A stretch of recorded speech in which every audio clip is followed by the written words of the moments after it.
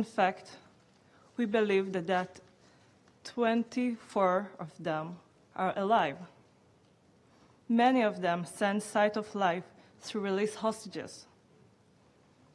Our life cannot go without them. And that is why I need to make sure that the world knows that. The deal must go on, in full and completely, in all the stages. My partner, Avinatan Or, and many other hostages are only supposed to be released in the second stage of the deal.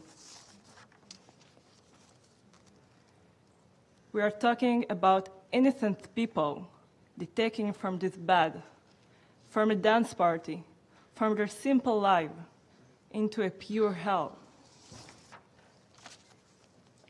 You don't need me to tell you about the 9-month-old Kfir and 4-year-old Ariel Bibas and their mother Shiri. Just a mother and her babies were brutally murdered in captivity. The crime is unthinkable. We cannot imagine it, but it happened. And that's why we cannot leave anyone there. I know what is the feeling to be left behind. I watch other hostages being released to their families. Every moment feels like the last moment of their life. Every second counts. While I was in Gaza, I was held with 2 little girls, Ila Rotem and Emily Hand. At that time, Emily was 8 years old and Ila was 12. I had to be brave, not only for myself, but also for the girls. I had to act like everything is going to be okay. And that's why I keep telling them, as long as we're here together, alive, in this room, nothing else matters. I told them to ignore all the booming, all the sound of shooting, and everything that was around us. Ila and Emily are both released in the first hostage deal after 50 days. I watched them and 2 other women who've been with me in captivity going back home to their families. As I will stay behind. I wasn't a part of any category that could be released. I can't even begin to describe the feeling of being the one that left behind. But I can tell this is exactly how the hostages are feeling today, abandoned by the world. After 54 days in captivity, it was just me, Itai Svirsky, and Yossi Sharabi. Both of them was kidnapped from their houses in Kibbutz Viory. We were in a war zone 24/7. It's terrifying for every day, for every second. One evening, the house that we all be holding was blown up, and we found ourselves in the destructions. Itai was able to stand up, and Yossi and I was stuck under the rebels. I couldn't move. I couldn't breathe. I thought it's going to be my last second of my life. I screamed so loud so someone would hear me. And I heard Yossi screaming too. But after a few seconds, I stopped hearing from Yossi. I was pulled out of the rebels, and I tried to help Yossi, but it was already too late. Yossi was a close friend of mine, and he was a pure, kind soul. He will always be in my heart. Itai and I had to find someone else to hide. So one of our captors took us to another house. But 2 days later, Itai was murdered by the same captor. Itai was with me since the first day in captivity. We told each other everything. He was my true soulmate. May memory be a blessing. Hamas published a video of me describing what happened to Itai and Yossi, and that I was injured and needed medical help. But of course, I got nothing. No doctors, no Red Cross, nothing. From that moment, I was by myself with 5 terrorists holding me in the same house. You must understand, every second in captivity is dangerous. I didn't think that I could make Abel alive. This is why it's absolutely critical that we put an end from this horrible tragedy. Without immediate action, many more innocent people will be killed, including my partner, Avinatan Or.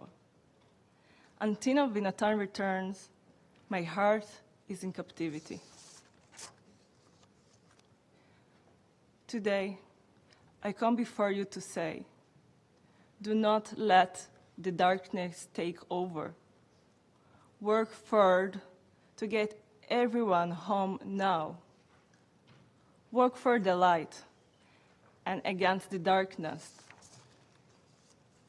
I came today to the UN to speak before the Security Council because I believe that you all, international community, must understand that the hostages are in hell. And after losing so many friends, I can say they deserve to come back home now. What kept me alive in captivity, and until this very moment, it was something my mother used to tell me. Always be kind.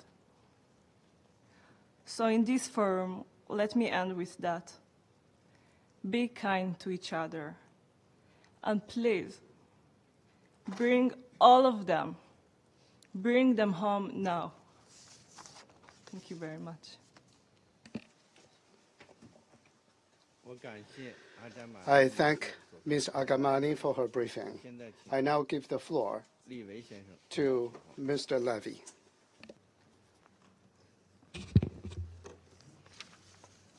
Thank you to the Council, the Chinese Presidency, Ambassador Fu. Good luck in your newest position, Special Coordinator Sigrid Kaag. I would like to offer some thoughts on the immediate challenges and the broader scaffolding required for a better future. Israelis deserve security. Palestinians deserve security. Zero-sum outcomes can never deliver that. An inescapable anchor of this reality is the acknowledgement of the power asymmetry between an occupying, colonizing state and an occupied, colonized people. But more important, before all of that, I want to really express how moving and good it is to see Ms. Agmani here, humbling and heartwarming. I, and I'm sure many others, have seen other images of you from different times. Now these times, you managed to accompany Prime Minister Netanyahu in Congress. You were on the stage for the inauguration of President Trump. Now here, thankfully safe. Your partner not yet. And it was so important to hear your testimony of an awful experience to which no human should ever be subjected, because it reminds us that at the end of the day, this is about people. Each story deeply personal, your strength in the face of adversity, the thousands upon thousands of stories of individual hardship, Israelis both fallen and still held captive, the tens of thousands of Palestinians killed, many more maimed, starved, lives devastated, schools, hospitals, shelters, entire neighborhoods destroyed, and yet the remarkable resilience also of Palestinians. Dr. Hussam Abu Safir, the director of Kamal Radwan Hospital, still mistreated and held in Israeli detention. One really must not forget the names of the Bibas children, Ariel and Kafir, the circumstances of their death, nor the name of Layla al-Khatib, a 2-year-old Palestinian killed in her home in the occupied West Bank just days ago while eating dinner with her family, or 5-year-old Hind Rajab, bombed and denied medical attention, dead with her family. Those lost in the turned-off incubators of Al-Shifa Hospital. A minute of silence for each of the Bibas children would be appropriate, as would a minute of silence for each of the more than 18,000 Palestinian children murdered in Israel's devastation of Gaza. That silence would extend to over 300 hours. And our task is to prevent that conflict and that human suffering. And it results from political conflict, preventable tragedies, and the many more tragedies that await if steps are not taken. When you peel back the layers, we are all people and we are all born equal. We can and sometimes should use strong and emotive language, but what we have at the end of the day is rules, is laws, is charters, is conventions, is rights that are codified. Not what is seen in the eye of the beholder, not what is subjective, something that is supposed to, not always, is, be applied and not ignored for some. This body is architect, author, arbiter of those rules and statutes and conventions. And whether it's a non-state actor or a partisan resistance or a state, the question must always be, are you acting in accordance within those conventions and laws and charters? When Hamas is culpable, it is held accountable, sanctioned heavily. When an ambassador of a state stands at a UN podium with a little shredding machine and shreds the UN Charter, that's a gimmick. But when a state, like Israel, conducts itself in ways that render the Charter meaningless and which assault those conventions, including on genocide, rights, norms and laws that this body holds dear, then that is a challenge that cannot be allowed to pass. It is the kind of affront which decades ago led to apartheid South Africa being suspended from active participation at the UN. The prevention of humanitarian assistance, the targeting of aid workers and even of workers of this institution, all while attacking the bodies that uphold international law, the International Court of Justice, the International Criminal Court, and claiming the moral high ground while making specious accusations that somehow upholding the law is motivated by anti-Semitism.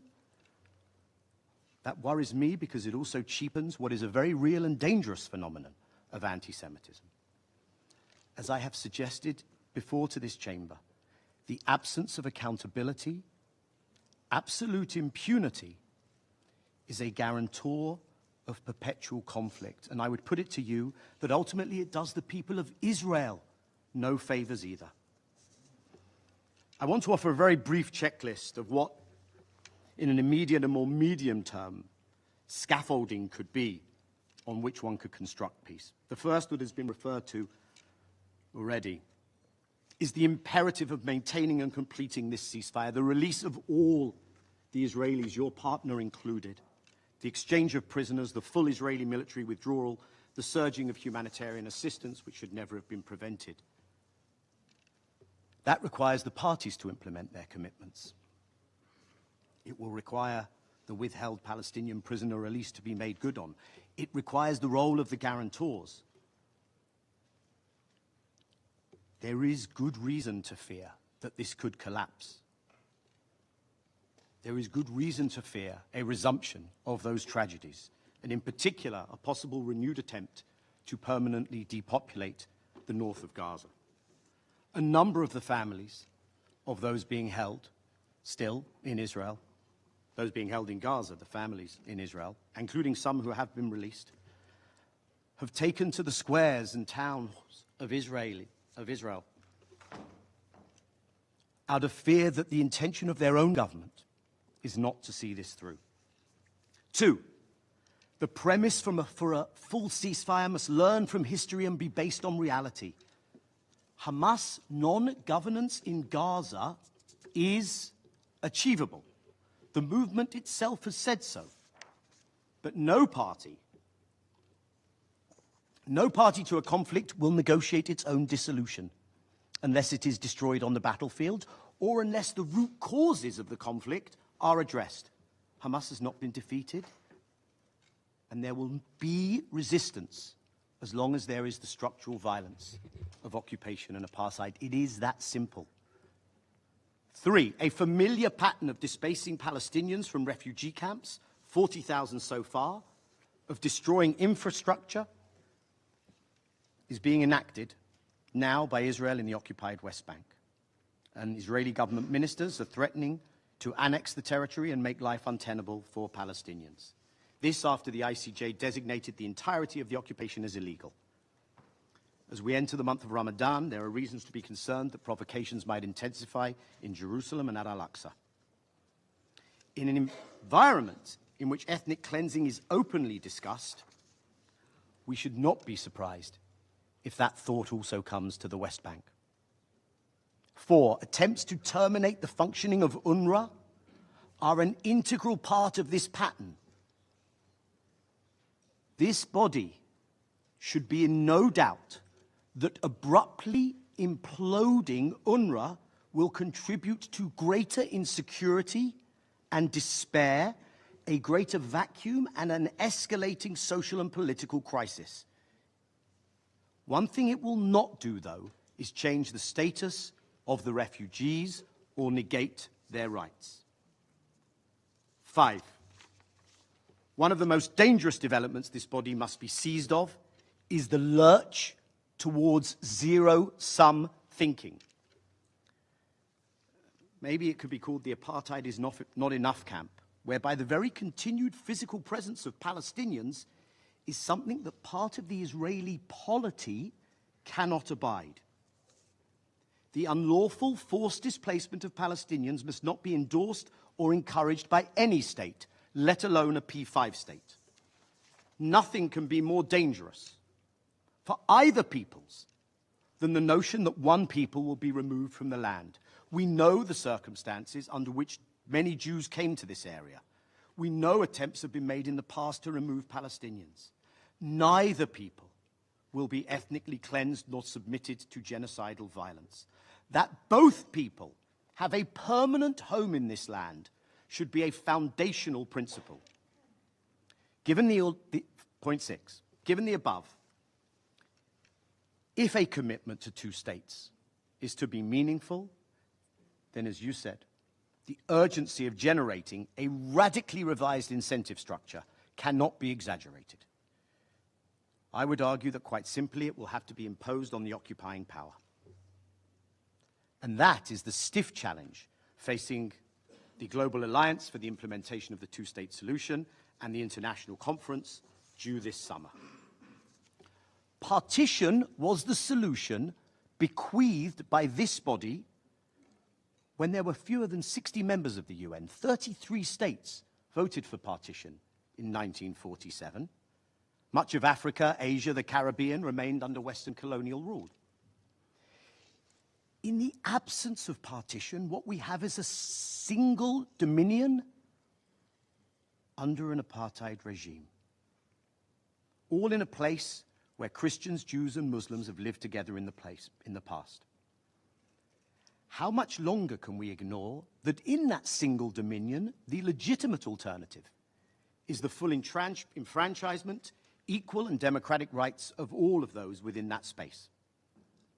Let me close by saying that I think we do see a surrounding region keen to more actively assist in resolving this, not to normalize with occupation, but to integrate under peace and equality. In the global majority South, we have seen new waves of solidarity and something of the spirit of Bandung of 70 years ago. The launching of the Hague Group just 3 weeks ago takes this solidarity to a new level. Those states committed to something that should be so self-evident, to uphold the rulings of the ICC, the ICJ, of this body when it comes to Palestine. And I urge all law-respecting states to consider joining this group.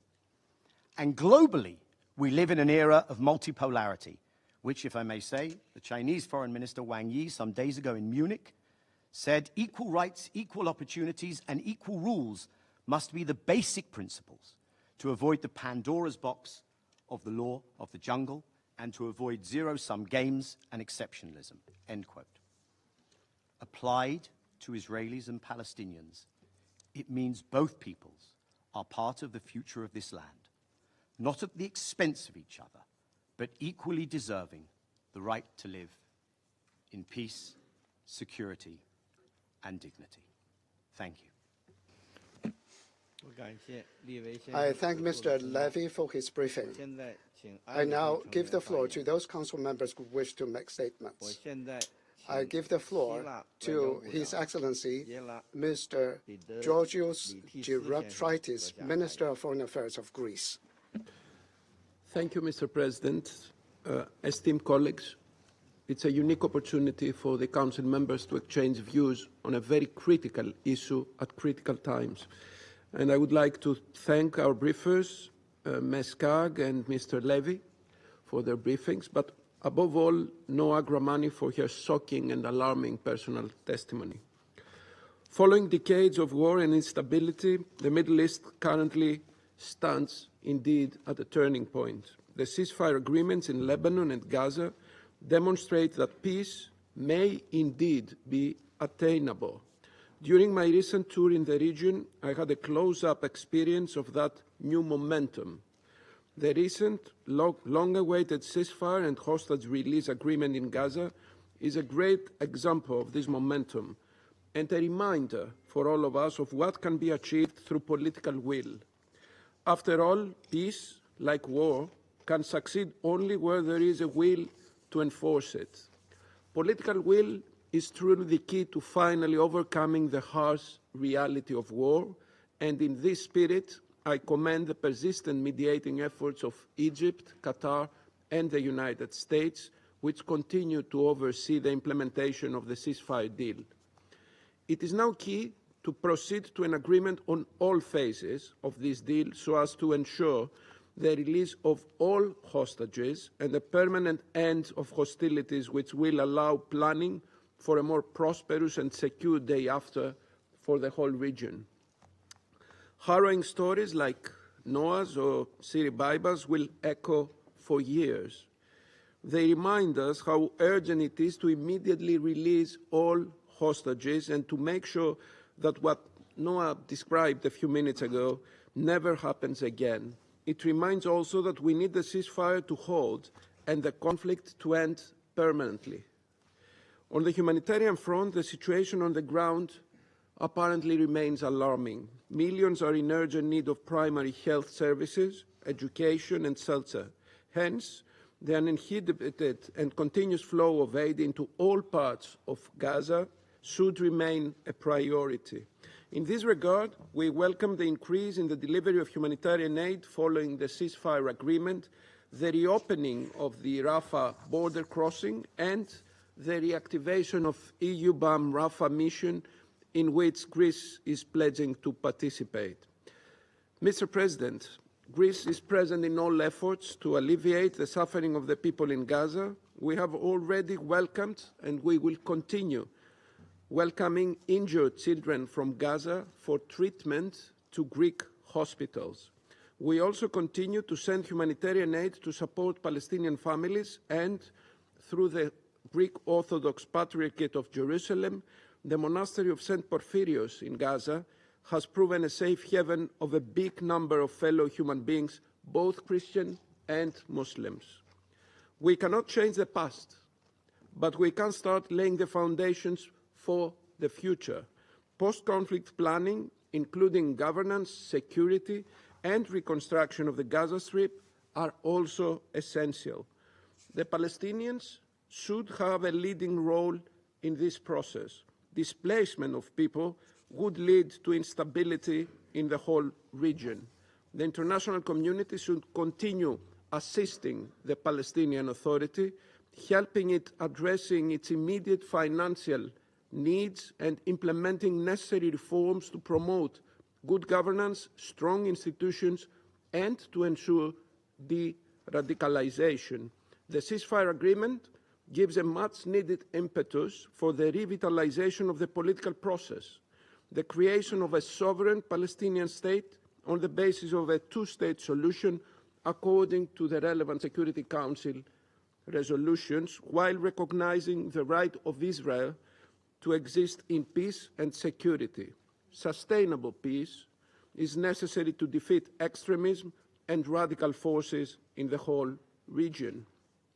Esteemed colleagues, with the Muslim holy month of Ramadan imminent, followed by Easter, which this year will be celebrated on the same day for all Christian denominations, we are reminded of the importance of the special status quo of the holy sites in Jerusalem and Bethlehem.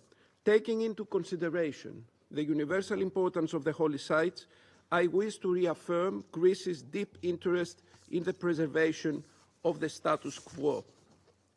Mr. President, please allow me a few comments on the broader region concerning the current situation. New hope is emerging from Lebanon. Greece warmly welcomes the formation of a new government in Lebanon following the election of President Aoun and the appointment of Prime Minister Salam. The cessation of hostilities has also been a most welcome development, and we congratulate the United States and France on their contribution. Ensuring the long-term security of both Israeli and Lebanese citizens is the only path towards sustainable peace. The Lebanese armed forces being gradually deployed south of the Litani River and securing the safe return of the displaced to their homes are playing a very important role in the implementation of the provisions of the ceasefire agreement and Resolution 1701. Greece, as a non-permanent member of the UN Security Council, will be actively engaged in the discussions for the renewal of the UNIFIL's mandate in 2025, while participating for a long time in the naval part of the mission with a frigate. When it comes to Syria, security and prosperity are of acute importance for regional stability. Therefore, safeguarding the unity, sovereignty, and territorial integrity of Syria is a shared aspiration and a shared goal. I recently visited Damascus, where I had a comprehensive discussion with Interim President al-Sara and Foreign Minister Sabaini.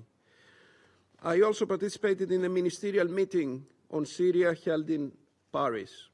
My message has been clear and consistent in all my engagements. We support a Syrian-led and Syrian-owned political transition in the spirit of UN Security Council Resolution 2254. This process should include all ethnic and religious communities, as well as Syrian political forces. It should also pave the way to a constitutional reform and fair elections with a view to a democratic, representative, inclusive, and non-sectarian government with no foreign interference. As the international community rushes to address Syria's needs after 14 years of civil war, so must Syria demonstrate its goodwill and fully respect its neighbors' sovereign rights in accordance with international law and especially international law of the sea.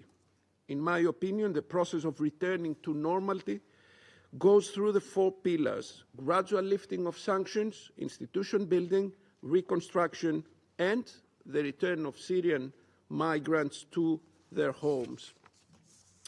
Esteemed colleagues, let me just brief you on the regional maritime security and freedom of navigation in the Red Sea, both under extreme pressure, as the danger of a prolonged insecurity due to Houthi attacks still looms. Maritime security is a declared priority for our tenure at the Security Council. As a maritime nation and a leading force in the EU naval operation Aspides, Greece will contribute to upholding respect for maritime security, freedom of navigation, and protection of seafarers in full compliance with international law. Against this backdrop, and working closely with our partners, we call for a comprehensive and inclusive political settlement in Yemen under the auspices of the United Nations, the only pathway towards lasting regional peace and stability. Mr. President, as the region is undergoing profound changes, we must seize any positive momentum and spare no effort through this organization, its bodies and agencies, to help it shape in the form of more justice, more dignity, and peace for all peoples in the Middle East. I thank you. I thank His Excellency Mr. Garapi Trititis for his statement. I now give the floor to the representative of Slovenia. Thank you, Mr. President. I want to thank Special Coordinator Karg, Ms. Karg, for her briefing and also for her very clear asks to us. I also want to thank Ms. Argamani and Mr. Levy for their contribution, really thought-provoking contributions. And Ms. Argamani, I'm extremely glad to see you here, to see you safe and free, and bringing us first-hand account of your horror experience in the captivity. Mr. President, after months of relentless devastation and suffering, the ceasefire in Gaza has finally offered hope and relief to the people on the ground and beyond in the region. Despite being long overdue and facing persistent challenges, a sustained ceasefire is our best chance at seeing peace in the Middle East. The ceasefire is bringing closer to hostages and their families. We follow with sense of relief hostages being reunited with their families, and with deep sadness the return of remains of those who have not survived. We offer our condolences to their families and loved ones. Dignified release of hostages remains one of our priorities. Even though many return only to the rubble of what was once their homes, the ceasefire is bringing hope to the people of Gaza, hope that life can be more than just suffering, hunger, and destruction. The humanitarian situation in the Strip requires our continued attention. Ensuring unobstructed humanitarian access and lifting remaining restrictions on essential items designated as dual use are crucial. This too remains our priority. Permanent ceasefire is the first step to lasting peace and the two-state solution. In the words of Ms. Karg, it is the last chance to achieve two-state solution, the end game for this Council for more than 70 years. It is therefore not possible to simply go back to the status quo before the start of the Gaza war. The unspeakable devastation and suffering of civilians in this war makes it clear why full implementation of Security Council Resolution 2735 and the agreement reached through mediation is crucial. We continue to support our partners, Egypt, Qatar, and the United States, in facilitating the progress towards a permanent ceasefire, including through swift negotiations of the second phase. We agree with you, Ms. Argamani. The deal must go on. And it is essential that all parties respect the terms of the agreement to preserve the ceasefire and to implement it in full. We underline our utmost concern over any proposal for relocation of Gazans. This Council has clearly rejected any attempts at demographic or territorial change of Gaza in its Resolution 2735, adopted on the proposal of the United States. Gaza belongs to Gazans, and it is an integral part of the Palestinian state. Palestinians should decide their own future in line with the principle of self-determination. We recognize that the task of recovery and reconstruction of Gaza will be enormous and will require a joint international endeavor. We welcome and support the leadership exerted by our Arab partners. We are profoundly concerned over the situation in the West Bank, including civilian deaths, forced displacement, intensified operations, settler violence, movement restrictions, and settlement expansions. These operations further exacerbate tensions on the ground. International law and the decisions of international courts must be respected. Slovenia calls for the full respect of the status quo of all holy sites. Upcoming religious holidays must represent an opportunity for reflection, and we appeal for appropriate conditions for peaceful celebration. Slovenia resolutely supports the two-state solution, with Israel and Palestine living side by side in peace and security. In this solution, we see the Palestinian Authority as an indispensable partner, which should be supported, encouraged to continue on their reform path, and eventually assume their full responsibilities. Until then, we agree with Mr. Levy, UNRWA remains irreplaceable, preventing a governance vacuum and ensuring stability. Mr. President, while peace seems to be a big word, it essentially boils down to everyday decisions to work for it. There are many more steps to be made for a lasting peace to persist in the Middle East, yet the firm support of the international community and of this Council to the ceasefire and the tangible results we have seen in recent weeks confirm that this is the right path to pursue. Thank you. I thank the representative of Slovenia for the statement, and I'll give the floor to the representative of the UK. Thank you, President.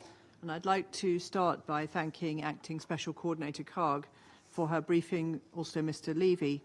And I extend special thanks to Noah Argamani for the courage you have shown, the kindness you showed to Ila and Emily, and the bravery sharing your story with us today.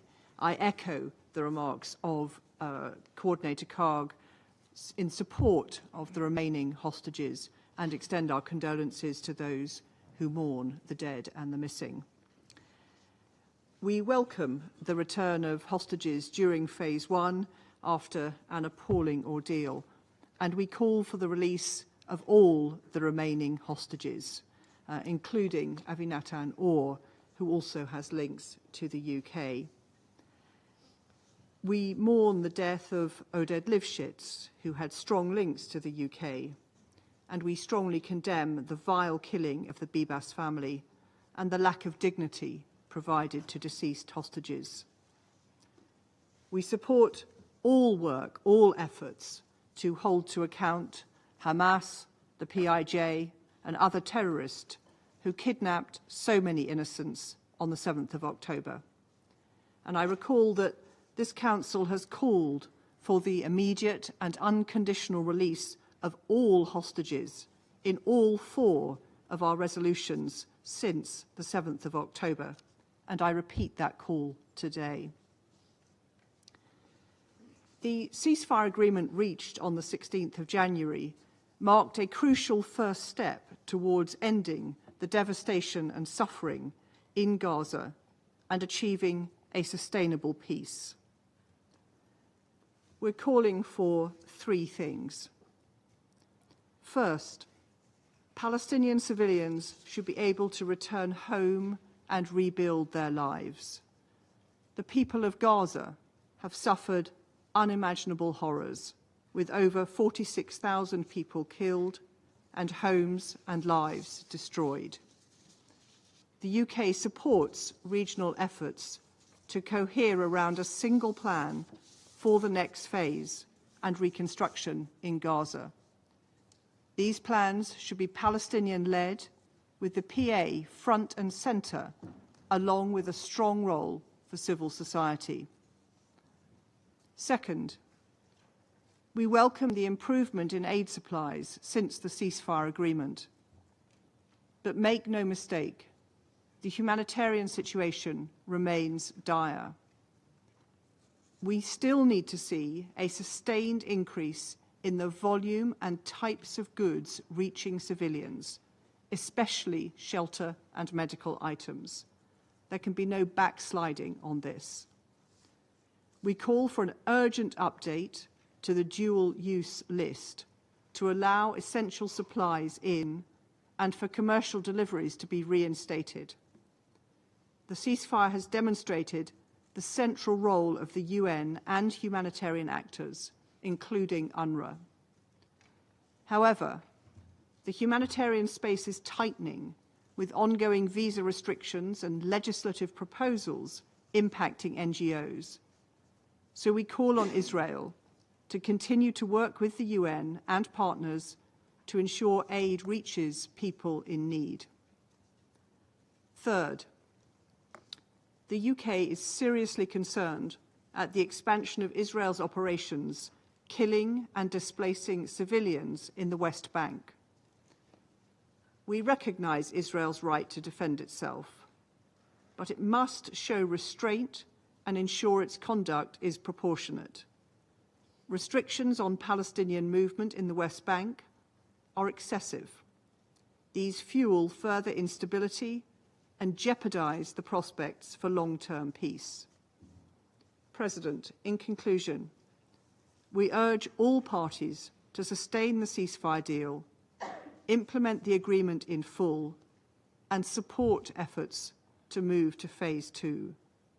For the hostages and their families, for Gazan civilians, and for all the Israeli and Palestinian people who deserve a peaceful and secure future on the basis of a two-state solution. I thank you. I thank the representative of the UK for the statement, and I'll give the floor to the representative of Pakistan. Thank you, Mr. President. We thank Special Coordinator Sigrid Kaag for her comprehensive briefing. I think it was a grim, rather grave picture that she presented. She spoke of trauma, the fragility of the situation, and what she termed as perhaps a last chance for a two-state solution. And we think that your 4 key requests merit full support of this Council. We have also carefully noted the observations made by the CSO briefers. Human suffering, power asymmetry, root causes, occupation, apartheid, international law, and accountability were the key words there. Mr. President, the war in Gaza has brought an unfathomable human tragedy. Over 47,000 Palestinians, mostly women and children, have been killed. More than 90% of Gaza's infrastructure, homes, businesses, hospitals, and places of worship has been reduced to rubble. This is not just destruction. It is an assault on an entire people's existence. The scale of suffering demands not just our sympathy, but decisive action. After 15 months of relentless killing and devastation, the ceasefire brokered by Egypt, Qatar, and the United States offers a fleeting moment of relief. Pakistan welcomes this diplomatic breakthrough and commends the mediators. Yet we must not mistake this pause in violence for peace. The situation remains precarious. Delay in releasing Palestinian prisoners risks derailing the process, prolonging suffering and undermining trust in future agreements. The ceasefire must be honored in full and must lead to a permanent cessation of hostilities. But even if the guns have fallen silent in Gaza, a deeper crisis persists. Peace cannot take root as long as Israel's actions in the occupied West Bank continue with impunity. Over 50,000 Palestinians have been forcibly displaced, the largest mass expulsion since 1967. Military raids, settler violence, and illegal land annexations intensify daily. These are not isolated incidents. but part of a deliberate strategy to erase Palestinian identity from their own land. It is ethnic cleansing in real time. If this Council is serious about peace, it should ensure that the ceasefire extends beyond Gaza to all occupied Palestinian territories. To move beyond this perpetual cycle of violence and destruction, the international community must prioritize the pursuit of a just and lasting peace. In our view, it should entail the following. First, full and immediate implementation of the ceasefire, ensuring a permanent cessation of hostilities, Israeli withdrawal from Gaza, unrestricted humanitarian access, and a comprehensive reconstruction plan for Gaza, which will need to be supported by the international community and led and owned by the Palestinians. Pakistan fully supports the call for the enforcement of this Council's Resolution 2735. A ceasefire that does not lead to a sustainable peace will only delay the next catastrophe. Second, an end to Israel's aggression in the West Bank. The destruction of refugee camps in Jenin, Tulkarem, Nur al-Shams, and Al-Farah mirrors the devastation in Gaza. Forced displacements and illegal annexations must be reversed in line with Resolutions 2720 and 2334 of this Council. The legal and historical status of Al-Haram al-Sharif, Al-Aqsa Mosque must be upheld. It is clear that stability cannot be achieved through continued occupation and oppression. Third, UNRWA must be allowed to operate without obstruction. Israel has a legal duty under Article 2.5 of the UN Charter to facilitate its work. General Assembly's Resolution 79232 reinforces this obligation and condemns all attempts to hinder humanitarian aid. The deliberate targeting of aid agencies is a moral outrage and a violation of international law. Humanitarian relief cannot be allowed to be weaponized. Fourth, we must revive a credible, irreversible political process that leads to the establishment of a Palestinian state. Full UN membership for Palestine is not a symbolic gesture. It is a legal and moral imperative. The June conference, to be co-chaired by France and Saudi Arabia, presents an important opportunity for peace that must be seized and fully supported by all of us through concrete actions and support for the Palestinian Authority. And let us be clear, peace cannot and must not be allowed to be dictated by the occupier. It must be grounded in justice, international law, and the inalienable right of the Palestinian people to self-determination. The upcoming Emergency Arab League Summit in Cairo, to be followed by the OIC Foreign Ministers meeting in Jeddah, are expected to provide crucial guidance on addressing the dire situation in Gaza and the broader Palestinian question. Leaders will reaffirm solidarity with Palestine and send a resolute message rejecting any attempts to forcibly displace the Palestinian people or alter the status of the occupied territories. This Council must continue to stand firmly against forced displacement and annexation. A just peace demands more than diplomatic declarations. It requires enforcement, accountability, a rejection of impunity, and pressure on the occupying power to comply with UN resolutions and international legitimacy. The right of return for Palestinian refugees and the realization of a sovereign, independent, and contiguous Palestine are not mere aspirations, they are the foundation of any lasting peace in the region. Within this broader struggle for justice, we must also keep in mind the human suffering, as we have also heard today. We cannot forget the thousands of Palestinian prisoners languishing in Israeli custody, arbitrarily detained, tortured, and held in inhumane conditions. They suffer in silence. Some have perished due to mistreatment and medical neglect. These are war crimes. The world cannot afford selective morality. Double standards on human rights only embolden injustice and perpetuate the conflict.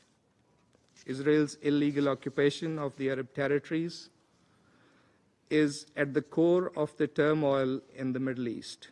Full implementation of this Council's resolutions with regard to Syria, Lebanon, and Palestine is imperative for a just and lasting peace in the region. Pakistan stands resolutely with the Palestinian people in their rightful struggle for self-determination, freedom, and statehood. A sovereign, independent, and contiguous state of Palestine based on pre-1967 borders with Al-Quds, Al-Sharif as its capital is not just a political necessity, it is a moral imperative. If we truly believe in the UN Charter principles, if we stand for justice, for the rule of law, for the fundamental right of all peoples to live in dignity, then we must act. Justice for Palestine cannot wait. I thank you. I thank the representative of Pakistan. I give the floor to the representative of the Russian Federation. Mr. President, we would like to thank the ad interim special coordinator for the Middle East peace process, Ms. Sigrid Kaag. We thank her for a detailed briefing on the situation in the region.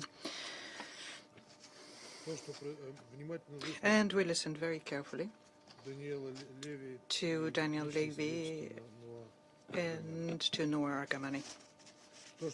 What happened on the 7th of October 2023 and thereafter in Israel and in the Gaza Strip has created a completely new level of cruelty and a disproportional reaction to it. The death in captivity of 2 Israeli children whose bodies were last week transferred to their families in Israel leaves no one indifferent, no one who believes that the human life is priceless. And we are shocked by the death of 17,000 Palestinian children who were killed in Gaza during the escalation of the conflict. In January, Russia initiated a special meeting of Security Council on children in the light of what is happening in the Strip. Tens of thousands of children in the Strip were wounded or are missing.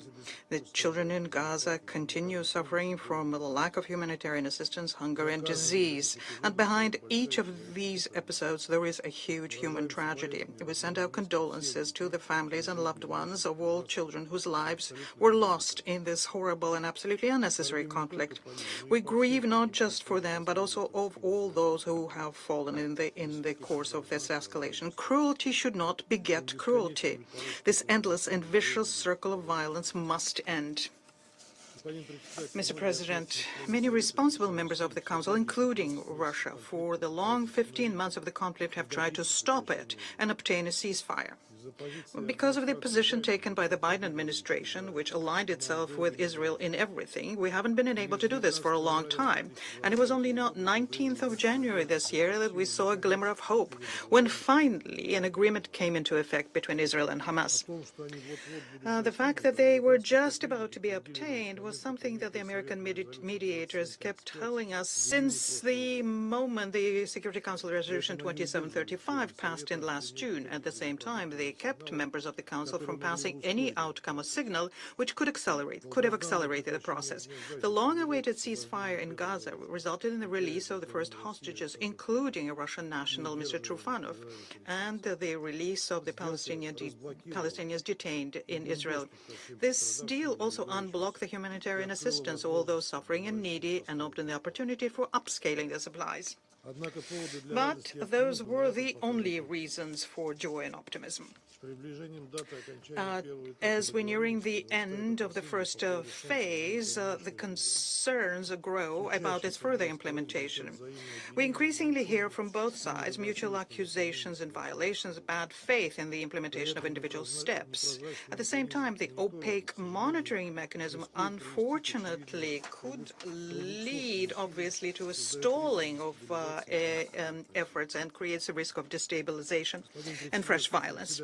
Mr. President, we should not allow the situation to develop by itself and allow the war parties on both sides of this confrontation to sabotage it. And we count in this context also on a consistent stance of the new American administration, whose involvement at the final stage resulted in tangible steps. It's important to avoid any kind of provocation steps, both by the Israeli and Palestinian radicals, who can once again derail this process that came into being with such difficulty. In this context, we have growing concern about the continued crisis surrounding UNRWA, which entered a new acute stage after the Knesset laws, which violate Security Council resolutions, which ban the functioning of the agency on some sovereign territory of Israel. Taking the key role this body plays in humanitarian operations on the ground and comprehensive assistance to the Palestinians, undermining their work will worsen an already dire situation for the people in Gaza, East Jerusalem, and the West Bank. UNRWA doesn't have an alternative, and implementing its task in case it's dismantled, the occupying power, Israel, would have to take them up. Nor should we forget the role that the agency plays in the Middle East settlement, in particular in the context of dealing with one of the key final status issues, namely the issue of Palestinian refugees. Mr. President, I think everyone understands that without the relaunching of a comprehensive peace settlement process on the basis of recognized international decisions, the region will continue teetering on the brink of a major war. We are, of course, certainly not diminishing the importance of sensitive agreements, but limiting ourselves to just that is not something that we should be doing, nor should we be proposing the decisions which are infringing the interest of one party and prioritizing the concerns of the other. It's important also to take into account the interests of all countries in the region and the key players who can contribute towards durable, lasting, and sustainable peace in the Middle East region. The Security Council, as a primary body to maintain international peace and security, also should consider the situation in the region not only through the lens of the most recent escalation in Gaza. We should not close eyes to the military operation by Israel in the West Bank, which is being conducted using heavy weaponry. Another dangerous destabilizing step here is a widening of the occupation area in the Syrian Golan Heights in Lebanon and the bans on the movement and return of the IDPs. Also, such obvious provocation as a combat overfly during the funeral of the Hezbollah Secretary General Nasrallah in Beirut. Furthermore, we shouldn't ignore the irresponsible statements made by politicians in West Jerusalem who are trying to claim that the deal wasn't there to have a ceasefire, a permanent ceasefire, and try to find a way out of an unprecedented and most serious crisis, but only to make sure that the Israeli hostages are returned. We, for our part, confirm our position of principle for making the ceasefire in Gaza a permanent and sustainable one, leading to the release of all hostages and detainees. We advocate a speediest possible return to the peace process on the recognized basis of having two states. We are convinced that without a just and lasting settlement, ensuring the legitimate hopes and aspirations of the Palestinians for their own state, we will not be able to spare the Middle East from new outbreaks of violence. And we do hope that this lesson has been very well and truly drawn by those who are working on further regional initiatives on the basis on the fragile but very important ceasefire in Gaza. I thank you. I thank the representative of the Russian Federation, and I give the floor to the representative of Algeria.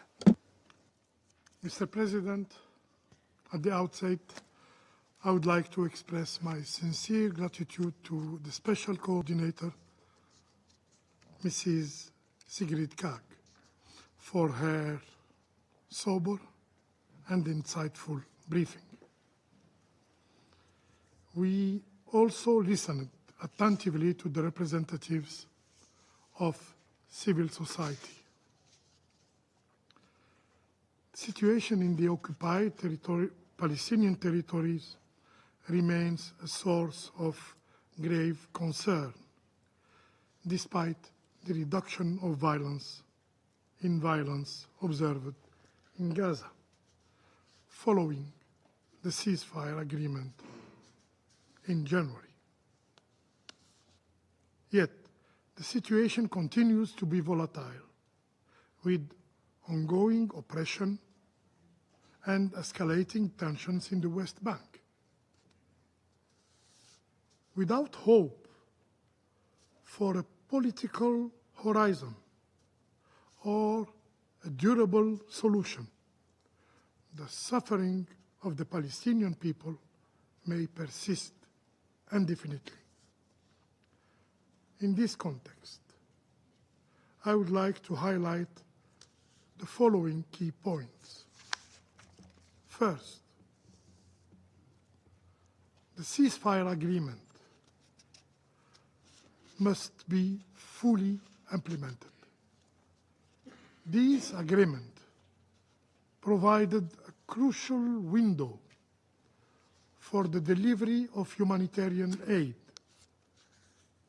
It allowed the people of Gaza to experience a temporary reprieve from unthinkable hardship. Algeria calls on all parties to uphold their commitments under the ceasefire agreement and adhere to their obligations under international humanitarian law.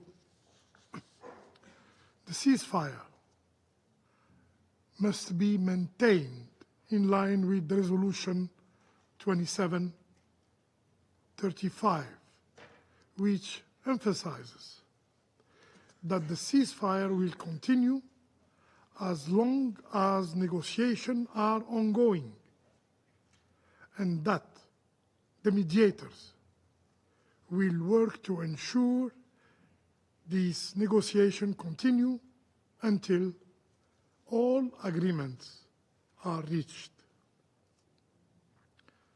For us, the return to hostilities is unacceptable. For us, the ceasefire must also be extended to the West Bank. Second, the destruction in Gaza is catastrophic, and the suffering of Palestinians continue even in the relative calm of recent weeks. The scale of needs is immense, and it requires a coordinated international response. A comprehensive plan for reconstruction is indispensable to ensure that Gaza recovers, to ensure that the Palestinian people remain on their ancestral land. In this regard, the role of United Nations agency, especially UNRWA, is essential in providing the necessary support and resources for this monumental task. Third, having implemented its scorched earth policy in Gaza, the Israeli occupying power is now turning its focus to the West Bank, where the level of destruction, where the level of settler violence is alarmingly high, particularly in Tulkarem, in Jenin, and in Tobaz. This is coupled with aggressive settlement expansion and the daily demolition of Palestinian homes.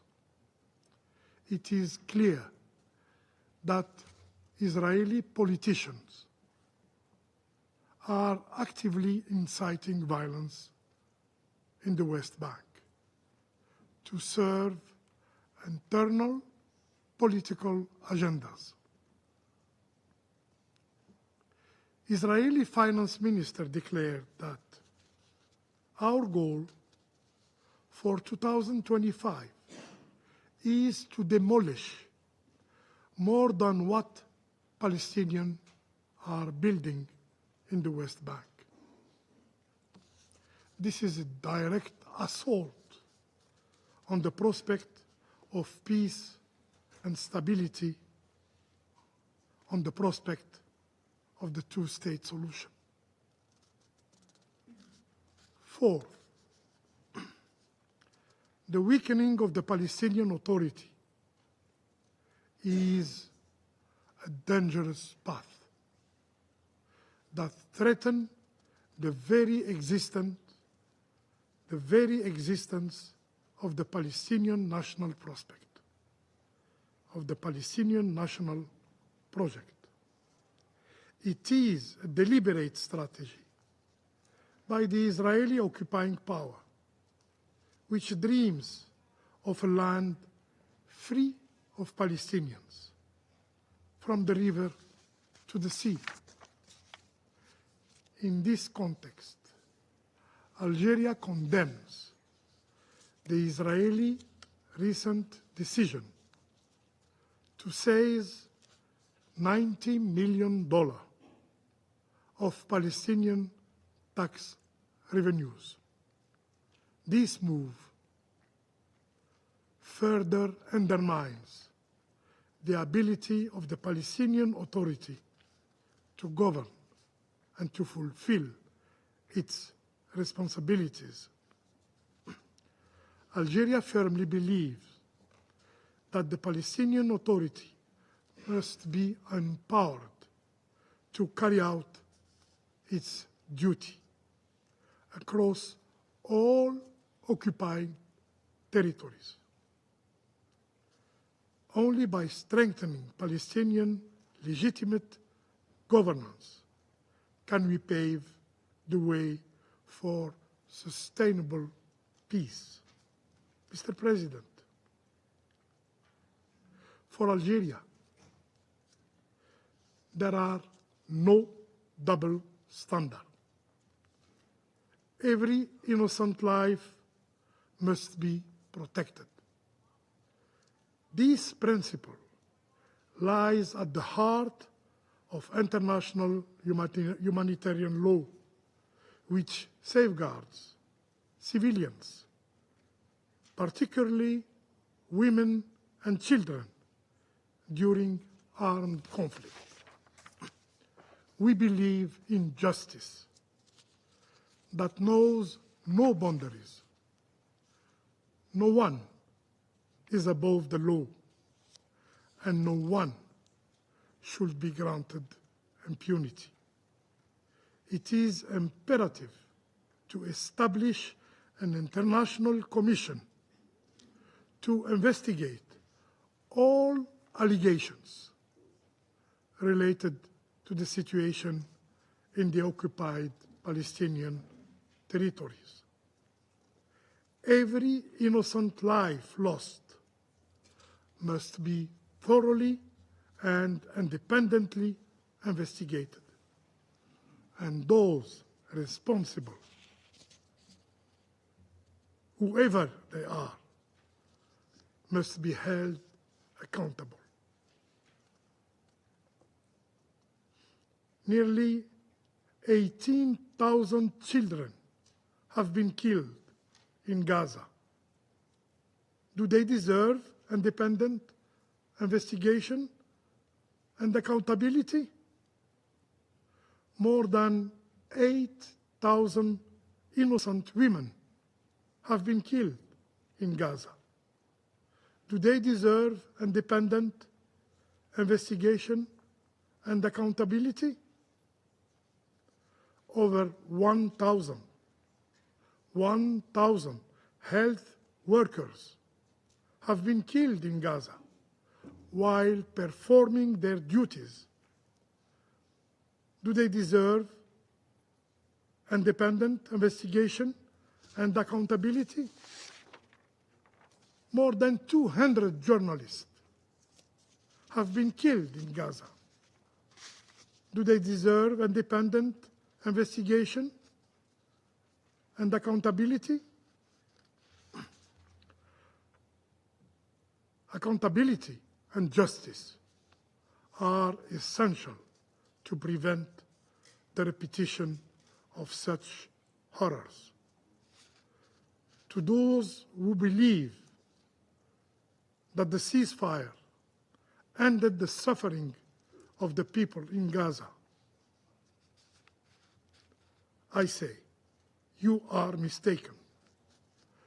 Just yesterday, 5 newborn babies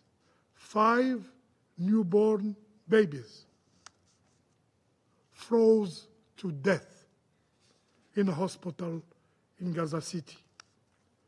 This is cruel. It is unacceptable. And it will remain forever a stain in the conscience of humanity. Mr. President, the Palestinian people will not forget their land. The Palestinian people will not relinquish their right, and they will not cease their struggle for freedom. Occupation will never be accepted. Abnormal situations can never be normalized. Therefore, the international community must address the root cause of the suffering, I mean, the illegal occupation. And the ceasefire agreement should serve as the foundation of a comprehensive and durable peace plan under international law. We have no more time to waste. The ruling of the ICG and the General Assembly resolution ES 1024 are clear. The Israeli occupation of Palestinian territories should be brought to an end. The international meeting to be held next June is an opportunity that we must seize for an irreversible path toward the establishment of a Palestinian state in the boundaries of June 1967. As President Abdelmajid Tebboune rightly stated, and I quote, "It is our duty to unite our efforts, to reinforce our resolve, and to ensure that Palestinians attain their rightful reality promised to them by international law in full and without conditions. End of quote. This reality is the establishment of a sovereign Palestinian state with Al-Quds Sharif as its capital. I thank you, Mr. President. I thank the representative of Algeria for their statement. I now give the floor to Denmark. Thank you, Mr. President. And let me also thank Special Coordinator Kaag, Ms. Akamani, and Mr. Levy for their substantive and useful briefings. Colleagues, for decades, the international community has discussed the Israeli-Palestinian question, determined to reach a lasting peace through a two-state solution. This remains as urgent as ever. Mr. President, the first month of the ceasefire has brought much needed relief to the Israeli people and the civilian population of Gaza. We urge all parties to do their utmost to uphold this ceasefire and ensure its full implementation. As we've heard here today, the suffering of the innocent people who were taken hostage by Hamas on October 7 has been immense. It is hard to fully comprehend the terror they have endured. I thank Ms. Agamani for sharing her shocking experience and her perspective with us today. It takes much courage and strength to do so. Let me be clear. As stated many times before, we condemn the terrorist actions of Hamas and reiterate our call for all remaining hostages to be released immediately and without conditions. This must be done in a private, dignified, and safe manner. We regret that this has not been the case so far. Our condolences go to the grieving families whose loved ones tragically did not make it out alive. And our thoughts are with those who are still waiting to be reunited with loved ones, including you, Ms. Agamani. Mr. President, the ceasefire is saving lives, and the humanitarian consequences of a resumption of hostilities are simply unconscionable. We must do all we can to avoid that, and for the ceasefire to continue and move to phase 2. We welcome the surge in humanitarian aid into Gaza, as well as the resumption of medical evacuations. There is now an urgent need for critical medical equipment to enter Gaza. More heavy machinery for removal of rubble and unexploded ordnance is also needed.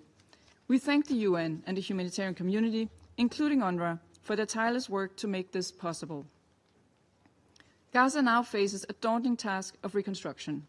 The international community must support these efforts. Denmark and the European Union stand ready to do so within the proper framework.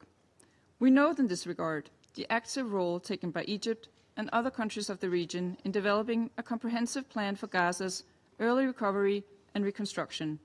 We hope that these and other efforts can lead to a better future for the civilian population of Gaza, who have long suffered from Hamas' brutal leadership and the devastating consequences of war over the past 16 months.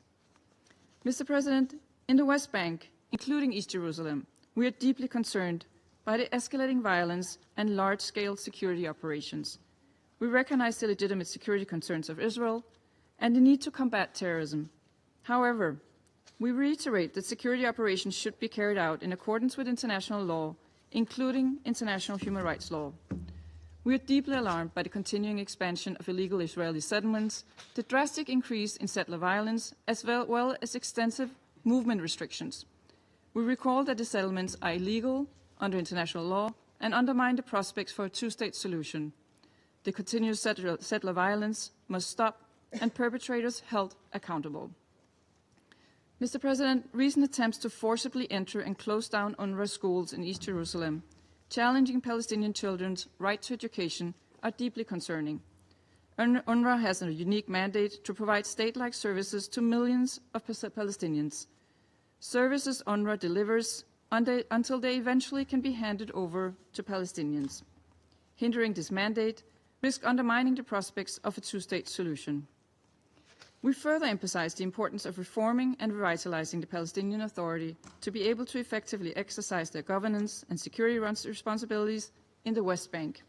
Together with the EU, we will continue to support the Palestinian Authority along its path of reform. Meanwhile, we call on Israel to release the withheld clearance revenues. In conclusion, Mr. President, the Middle East is at a crossroads. After immense suffering, death, and destruction, we must deliver lasting peace to the peoples of Israel and Palestine. a peace with security and dignity, as mentioned by the Special Coordinator. The formula for this is well known. It is the realization of two states, Israel and Palestine, living side by side in peace and security. Denmark remains fully committed to this goal. I thank you. I thank the representative of Denmark for her statement. Now I give the floor to Republic of Korea. Thank you, Mr. President. At the outset, I would like to thank Special Coordinator Sigrid Kaag and Mr. Daniel Levy and Mr. Daniel Levy for their briefings. In particular, I would like to thank Ms. Noah Argamani for her testimonies. I believe everyone in this chamber takes your testimony very seriously and understands clearly and loud the message you want to convey today. Mr. President, for the last month, Israelis and Palestinians, as well as the entire world, have been witnessing what firm political will can bring to the region.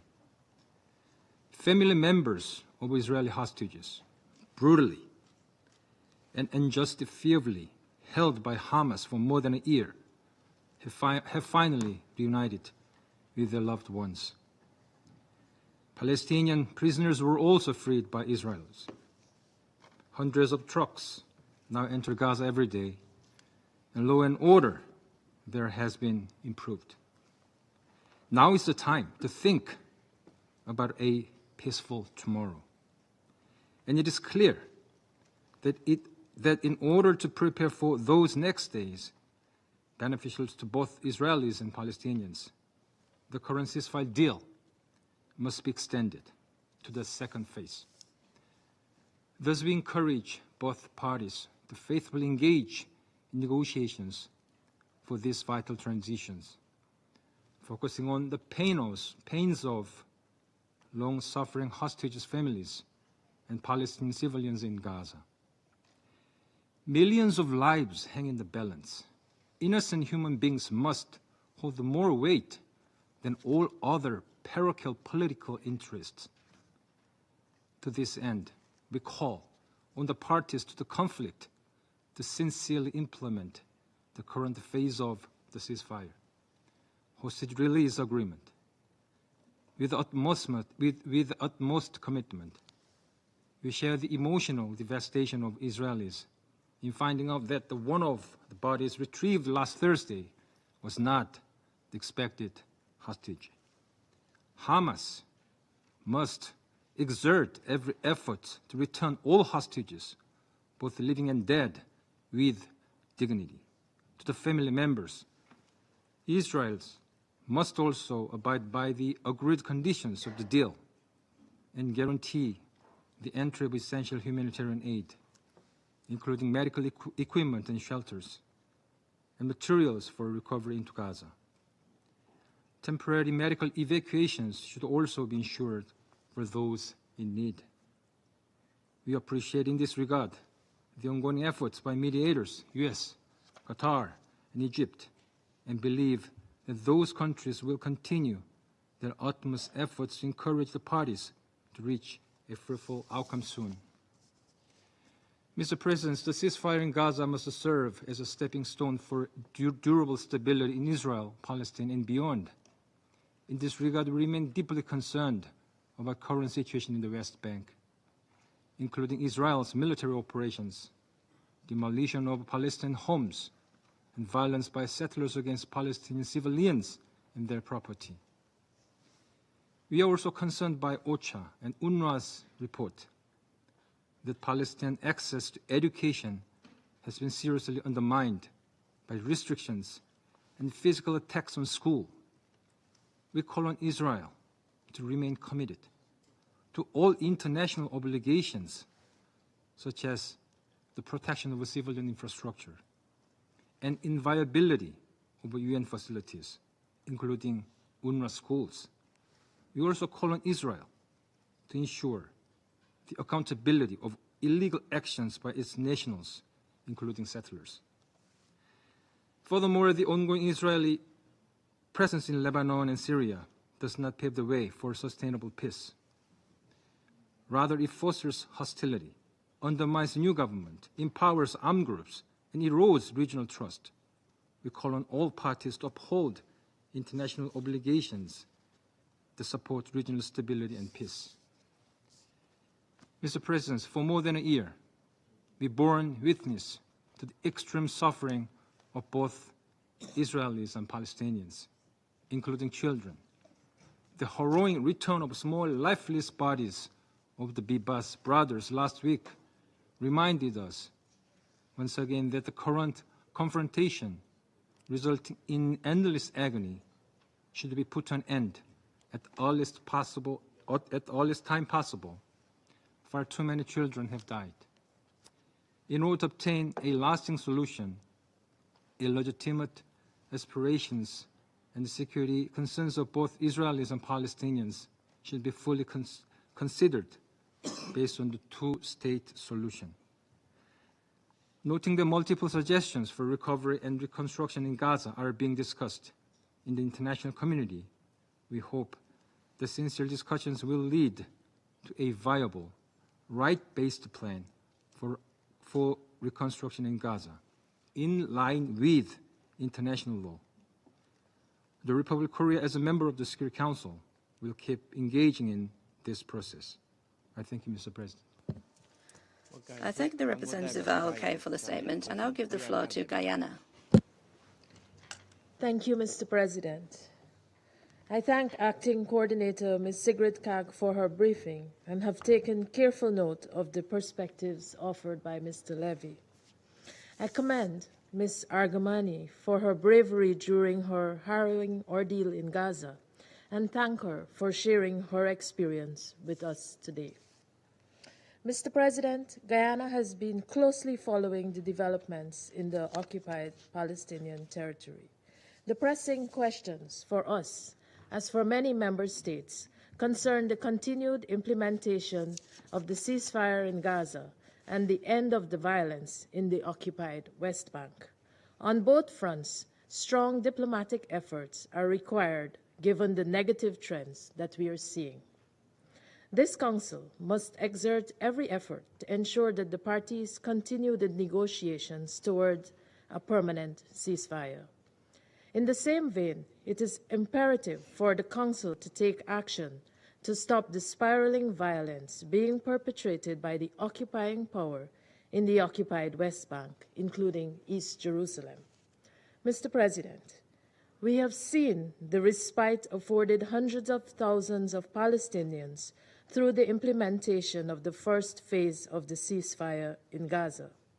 We have taken note, for example, that over 57,000 metric tons of food was brought into Gaza since the ceasefire, supporting more than 1.8 million people with full rations of food parcels. Notwithstanding some improvements, we are concerned that thousands still cannot access adequate shelter. Many sick and seriously wounded are unable to access the care they need owing to a decimated healthcare system. The situation is exacerbated by the rate of denial of the relevant authorizations for persons, particularly children, requiring medical evacuation to other countries.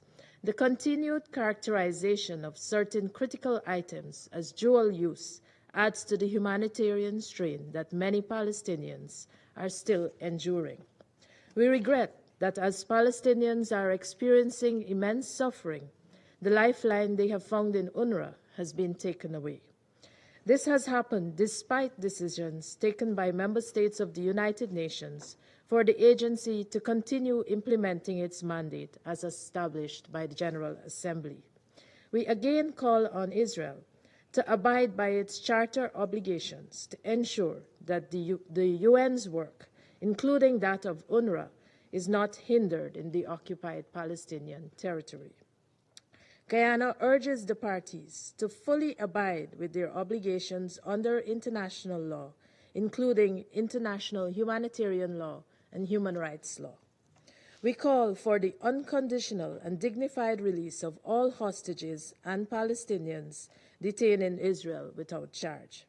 Guyana also emphasizes the obligations to treat hostages and detainees with respect and dignity, and stresses that they should be allowed visits by the Red Cross. We have followed closely the matter involving the Bibas family that was taken hostage on 7th October.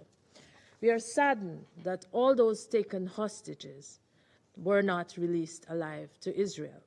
There must be full accountability for all the atrocities perpetrated during this war, including for the taking of hostages, the killing of civilians, the forced displacement of hundreds of thousands of persons, and for the use of starvation as a weapon of war. Mr. President, it is critical that the ceasefire in Gaza continues to hold, and we urge the parties to prioritize the lives of civilians as they negotiate the remaining phases of the ceasefire agreement. Gaza must not be plunged again into war after 15 months of death and destruction. While our eyes are on the fragile ceasefire in Gaza, the threat of an inferno in the occupied West Bank is real, and many of the same patterns observed as the Gaza war developed are now being witnessed in the West Bank. Guyana urges the Council to work collectively to prevent further displacement, death, and destruction in the occupied West Bank.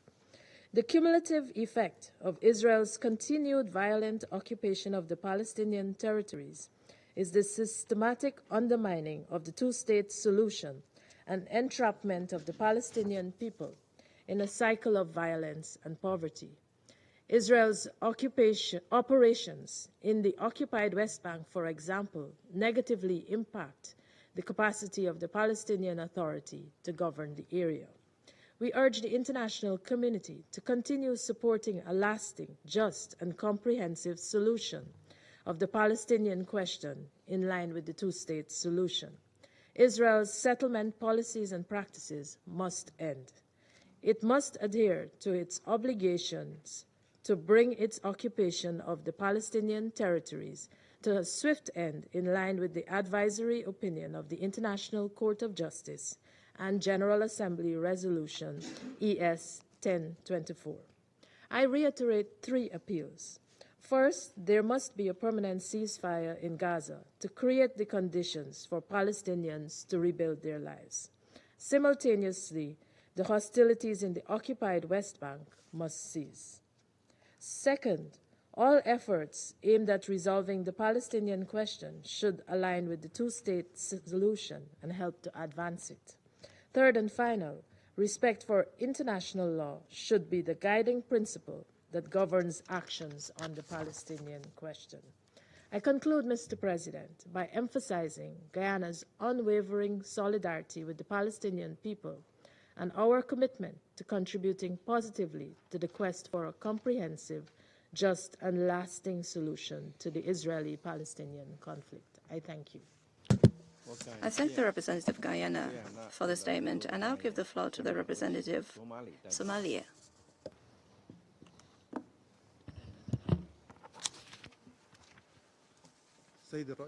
Mr. President, at the outset, I would like to thank Special Coordinator Ms. Sigrid Kaag for her informative briefing and for her continued efforts to facilitate mediation and humanitarian assistance in Gaza. And we express our appreciation for the vital role of the United Nations and the regional partners in order to promote peace and stability in the region, in particular in light of the current challenges. We have listened carefully to the briefings by the speakers today, and we welcome the prisoner exchange that has taken place lately, and we consider it a positive measure in order to build trust between the parties, and we call for the full commitment to international law in implementing the measures. Mr. President, the ceasefire deal is a decisive step towards ending the hostilities and alleviating the suffering of the civilians in Gaza. We urge the parties to fulfill their commitments as per the ceasefire and to refrain from anything that threatens the truce. This ceasefire deal must be a basis for a sustained peace in a manner that guarantees protection of civilians and providing urgent humanitarian assistance. In this context, we call for the transition from phase 1 to phase 2 of the ceasefire, so that the ceasefire continues and leads to a sustained peace. All military operations in the occupied Palestinian territory must end, in particular in the West Bank and East Jerusalem. The continued attacks and the illegal arrests and the settlement expansion and the excessive use of force all undermines the spirit of the ceasefire deal and impedes the efforts of mediation that seeks to preserve the stability. The international community must condemn these violations clearly, and all parties must commit to the highest degree of restraint to prevent escalation. The mediation efforts will not succeed if the aggression continues unchecked. Mr. President, the next phase must include comprehensive measures to facilitate reconstruction, especially rebuilding the health sector in Gaza. The medical facilities have suffered great damage, leaving thousands without access to health care. We emphasize also the need to guarantee the free and uninterrupted flow of humanitarian assistance into Gaza without characterizing life-saving items as dual-use items. Humanitarian assistance must be fully neutral and free from politicization. We also emphasize the need to establish a central mechanism for medical evacuation to guarantee access to urgent medical treatment. Healthcare is a fundamental human right, and all efforts must be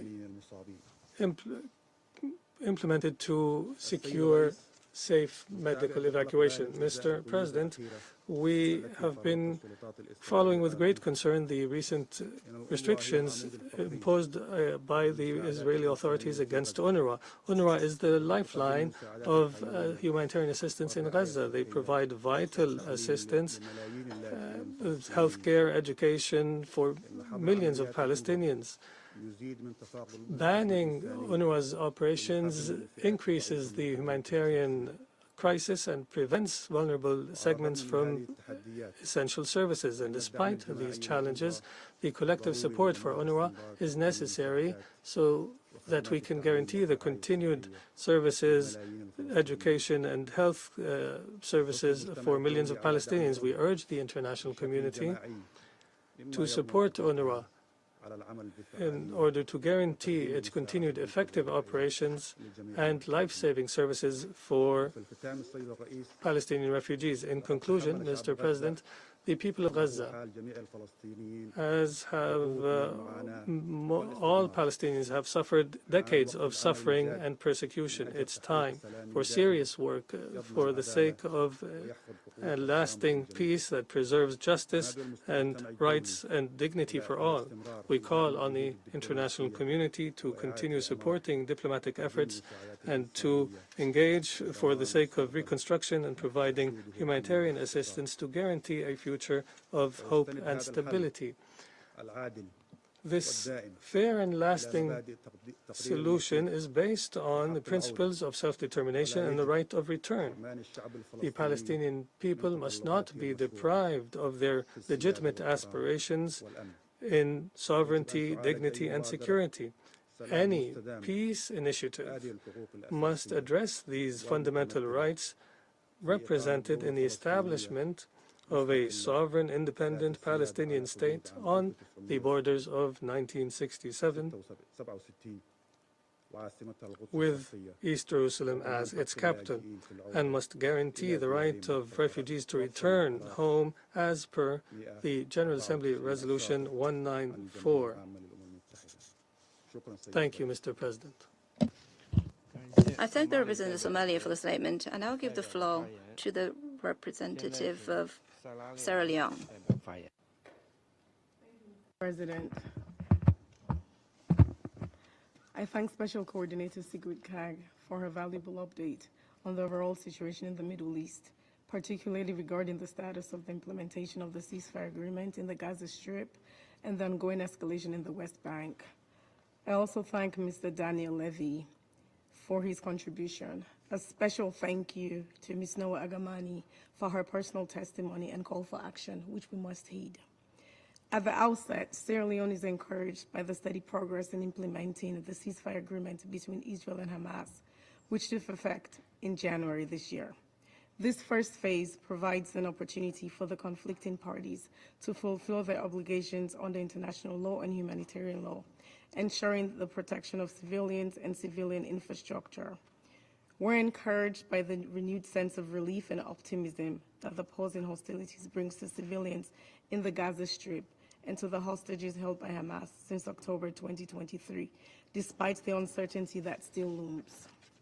We urge all parties to uphold the terms of the agreement and demonstrate even greater political will and commitment as they proceed to the next phase of negotiations. Sierra Leone will continue to express its full support for the mediators and their steadfast dedication to the process. It is our hope that this pause will lead to a permanent end to the conflict and a lasting ceasefire extending throughout the entire occupied Palestinian territory. Mr. President, we have taken note of the letter from the permanent representative of Israel to the United States, dated February 21, 2025, concerning the tragic case of the Baibas family. The tragedy of all affected families behoves the conflicting parties and leadership to commit to the full implementation of the ceasefire agreement. As we extend our deepest sympathies to all victims, including the hostages and their families, we reiterate our call for investigations into allegations of abuses against hostages, prisoners, and for accountability for the grave crimes committed in the context of the conflict in Gaza and ongoing occupation of Palestine. In the context of the release of hostages and prisoners, we recognize the critical role of the International Committee of the Red Cross. We also commend the humanitarian workers on the ground who are providing urgent assistance to the thousands of civilians returning to rebuild their homes. Sierra Leone, however, remains concerned by the operational and administrative challenges faced by UNRWA as it strives to meet the needs of the population in the occupied Palestinian territory. We reiterate our call for UNRWA to be allowed to continue its operations as it remains a vital lifeline for the Palestinian people. Mr. President, reports from the West Bank are deeply troubling, with over 40,000 civilians displaced after weeks of sustained violence and destruction. Sierra Leone is gravely concerned about the ongoing military operations in the areas surrounding Jenin, Tol Karim, and Tubas, as well as the arrest and detention of civilians and the severe restrictions on movement that are endangering the safety and livelihoods of Palestinian civilians. We're equally concerned about the increasing violence from settlers and clashes between armed Palestinians and Israeli forces. At this juncture in our efforts towards a peaceful resolution of the Palestinian issue, Sierra Leone wishes to emphasize the following points. First, the surge in humanitarian assistance must be sustained, and humanitarian actors should be granted unimpeded access across the Gaza Strip and the West Bank. We support the call for humanitarian experts for increased commercial activity to reduce civilian dependence on humanitarian aid and to revitalize the local economy. We also stress the urgent need for Israeli authorities to approve the entry of items deemed as dual-use items for medical purposes and to expedite the approval processes for the evacuation of children and other patients requiring specialized medical treatment. Second, we recognize the importance of early recovery and reconstruction efforts in Gaza, which are crucial for rebuilding lives and institutions that will help safeguard peace and secure the future of Palestinians. Both the Gaza Relief and Early Recovery Plan and the Gaza and West Bank interim rapid damage and needs assessment offer valuable strategies in this regard. Third, the international community must continue to strengthen the political framework for a two-state solution that ensures the self-determination of the Palestinian people based on international law and relevant United Nations resolutions. Over the years, it has become clear that only a diplomatic and political resolution can bring lasting peace, and the Israel-Palestine conflict is no exception. We look forward to participating in the upcoming international conference under the auspices of the UN in June. In conclusion, Mr. President, it is imperative that the parties prioritize peace and continue to uphold and implement the ceasefire agreement, and we collectively remain steadfast in our commitment to resolving the long-standing conflict between Israel and Palestine. Only through sustained dialogue, adherence to international law, and a collective will to achieve a peaceful resolution can we ensure a future of security, dignity for both Israel and Palestine, and self-determination for the Palestinian people. The international community must continue its efforts to support a just and lasting solution grounded in the principles of peace and justice for both Israelis and Palestinians. I thank you. I thank the representative of Sierra Leone. I give the floor to the representative of France. Monsieur le Président, Mr. President, I thank the Special Coordinator and Mr. Levy for their briefings. I also thank Ms. Noa Argamani for speaking to us. France was quite moved and deeply saddened at seeing the remains of Shiri Bibas and her two children, Ariel and Kefir, as well as that of Odette Slivchitz. France extends its sincere condolences to their families and to their loved ones, and we were outraged to learn that Hamas initially had not returned the body of Shiri Bibas to her loved ones. That is an unspeakable act. France reiterates its unwavering solidarity with the families of all the hostages. We are thinking in particular of the loved ones of our compatriot Ohad Halomi, who is still being detained, and we stand with the Israeli people following the barbaric terrorist attacks committed by Hamas on the 7th of October 2023, which we have condemned. This is the worst anti-Semitic attack and massacre since the Shoah. France will continue to act tirelessly to ensure the release of all hostages. The maintenance of a ceasefire is essential. France calls on the parties to fully respect the ceasefire agreement after many months of shelling and civilian victims in Gaza. Discussions on the extension must begin, and the flow of humanitarian aid must be ramped up, and the displaced must be able to return home. France supports the efforts of the US, Qatar, and Egypt to facilitate talks. In support of the ceasefire, France has deployed specialized personnel to the Rafah crossing point within the framework of UBAM Rafah. Access to the Gaza Strip must be ensured by Israel for humanitarian actors, and their work must be facilitated in accordance with IHL. We reiterate our support for the essential action of UNRWA and of all humanitarian actors. The situation in the West Bank is quite disturbing. France calls on the Israeli authorities to show greater restraint and to comply with international humanitarian law and ensure the protection of the civilian population. The settlements are illegal, and settlement activity must end, and the violence carried out by settlers must also end as well. Mr. President, it is time for the Council to take up the issue of the future of the Gaza Strip and its reconstruction. We condemn any forced displacement of the Palestinian population. This would run counter to international law, and it would be dangerous for stability in the region. We support Egypt's efforts and the efforts of the Arab group to draft a plan for the day after and for the rebuilding of Gaza. The Palestinian Authority must be able to govern throughout the Palestinian territories. Hamas cannot be part of the solution. The future of Gaza cannot be de-linked from a comprehensive political settlement in the Israeli-Palestinian conflict.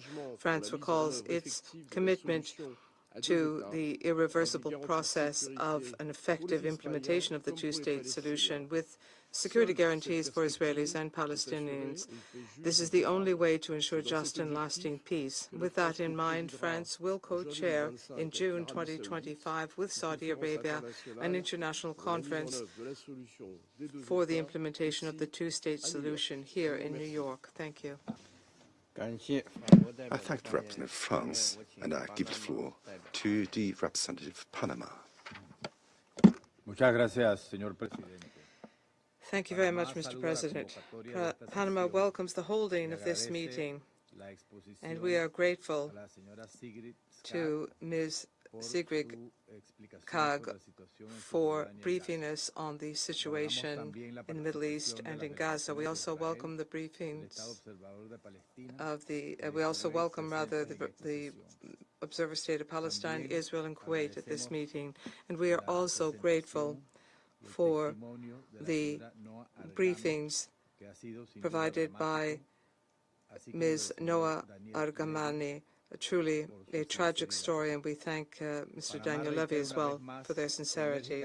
Once again, Panama firmly condemns the atrocious terrorist attacks on the 7th of October 2023 perpetrated by Hamas. Those acts unleashed the current conflict. It is important for the parties faithfully to comply with the agreements, and we reaffirm our robust support for the right of the people of Israel to live in peace and security within recognized borders. At the same time, we underscore the need for a solution which will ensure peaceful coexistence between Israelis and Palestinians. This Council's resolutions underscore the importance of implementing resolution provisions applicable in the current context, particularly in the face of persistent challenges impacting the civilian population and humanitarian assistance. Regrettably, the situation on the ground continues to worsen in some areas. In the West Bank, some actions on the ground continue to lead to despair and suffering for the population. The expansion of settlements continues to change the dynamics on the ground, and this is exacerbating tensions and make any possibility of stability even more difficult. In Gaza, the humanitarian crisis continues to reach alarming levels. More than 1.5 million people have been displaced. Healthcare centers have collapsed, and life-saving humanitarian aid continues to be blocked and cannot meet the urgent needs resulting from the crisis. The shortage of drinking water is further worsening the suffering of the population. While this crisis, humanitarian crisis, has increased the fragile ceasefire between Israel and Hamas, thanks to intensive diplomatic efforts, has held despite some setbacks, be they intentional or not, and these setbacks have complicated compliance by the parties with their obligations and threaten a serious risk of collapse. The current tension involving the release of Israeli hostages and Palestinian prisoners have undermined stability in the process and have threatened to unleash a new wave of violence. If this ceasefire fails, then the human toll will be incalculable, and prospects for regional peace and stability will fade further. We have frequently condemned categorically attacks perpetrated by Hamas. Israeli hostages cannot continue to be used as bargaining chips to exert pressure.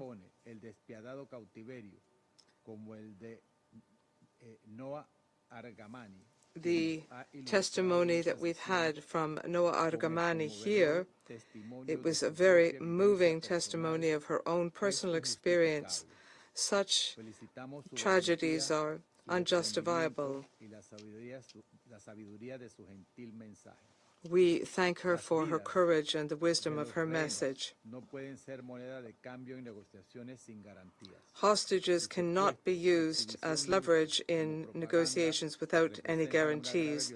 Kidnapping, the display of them and using them as propaganda are a serious violation of IHL and must cease immediately. There is no justification, nor is there any context which allows them to be exploited in such a way.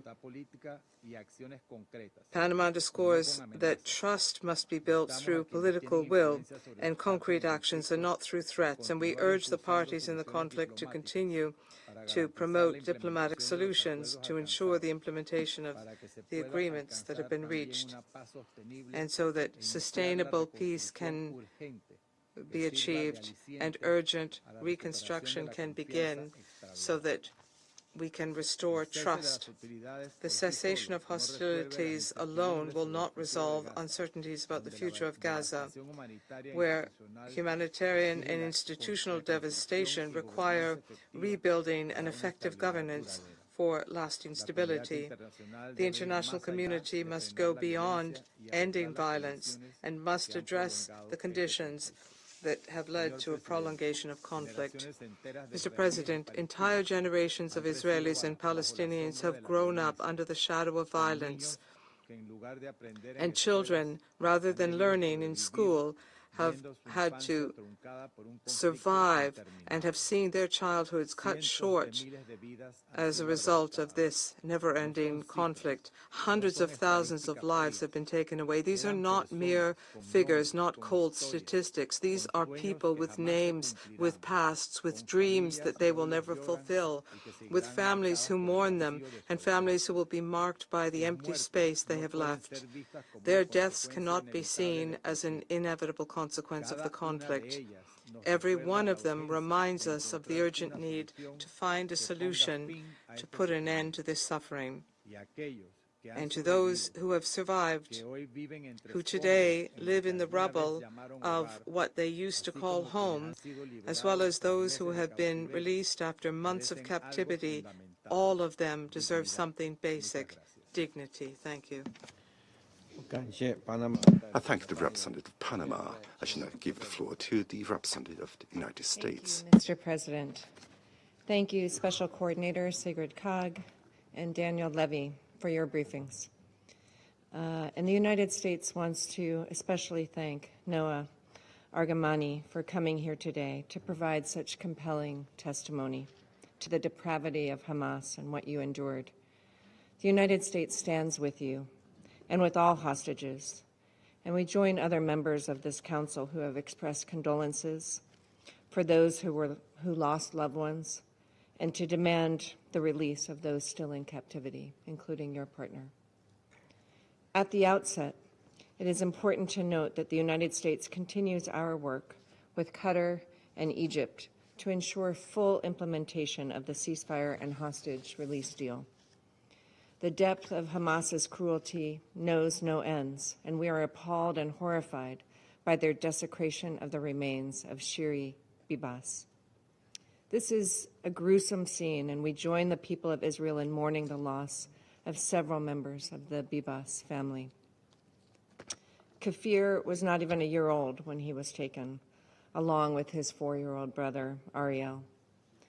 They were cruelly murdered by Hamas. We also mourn the loss of Oded Lifshitz, a lifelong peace activist whose remains were also returned to Israel. The only solace is that the remains can be returned to their families for proper burial.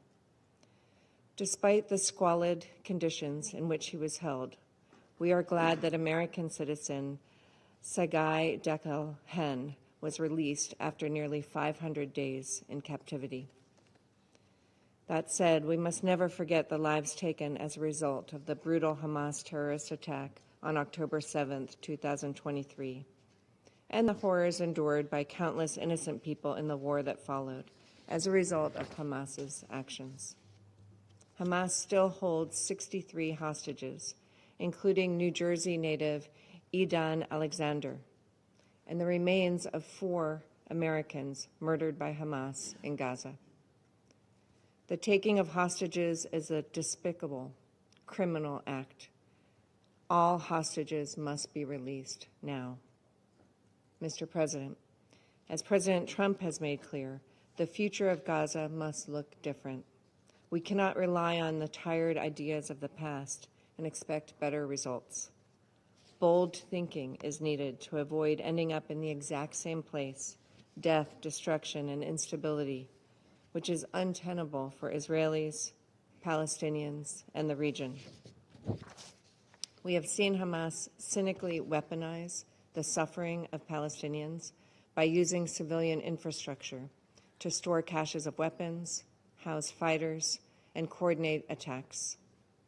As long as Hamas stands as a force that can govern, or as a force that can administer, or as a force that can threaten by use of violence, peace becomes impossible.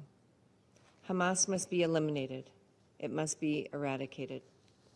Any plan for reconstruction in Gaza must ensure Hamas is fully removed from power and held accountable for its October 7th terrorist massacre. We look forward to a plan from our Arab partners on the future of Gaza that reflects this vision.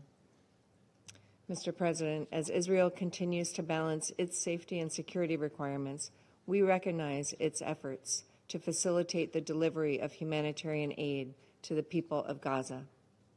We urge countries to support this effort through additional funding to scale up much-needed aid. The United States reiterates, UNRWA is not and never has been the only option for providing humanitarian assistance in Gaza. UNRWA's work has been tainted and its credibility called into question due to the terrorist ties of its staff that were exposed during the October 7th attack. It was Israel's sovereign decision to close UNRWA's offices in Jerusalem based on conditions on the ground. Other UN agencies can and have done this work with appropriate safeguards to ensure assistance is not diverted, looted, or misused by terrorist groups. Turning to the wider region, Mr. President, we must acknowledge the Middle East continues to suffer from the nefarious influence of Iran, which continues to sow chaos. Behind every terrorist group like Hamas, behind every act of violence, behind every destabilizing activity, behind everything that threatens peace and stability for the millions of people who call this region home, is Iran.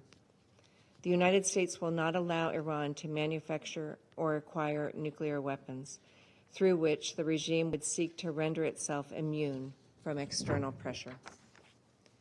As the result of the ceasefire, the countries of the Middle East have an historic opportunity to reshape their region in a way that affords its people a better path forward. An expansion of the Abraham Accords can lead to greater regional integration between Israel and its neighbors in a unified bloc to counter Iran and its state sponsorship of terror in Gaza, the West Bank, and throughout the region. The United States will do its part to create a more prosperous future for all of the region's people. I thank you. I thank the representative of the U.S. for the statement. I shall now make a statement in my capacity as the representative of China. Colleagues, I thank Ms. Karg, the Special Coordinator at Interim for the briefing, and thank Mr. Levy for the statement. Ms. Agamani, thank you also for your briefing. I express my deep sympathy for your ordeal. The 15-month-long conflict has caused unimaginable suffering to civilians of both Palestine and Israel. We sincerely hope that all detainees will be released and reunited with their families as soon as possible, and that the 2 million conflict survivors in Gaza will not be plunged into war again. Thus, the Gaza ceasefire agreement must be fully and continuously implemented to ensure a permanent ceasefire.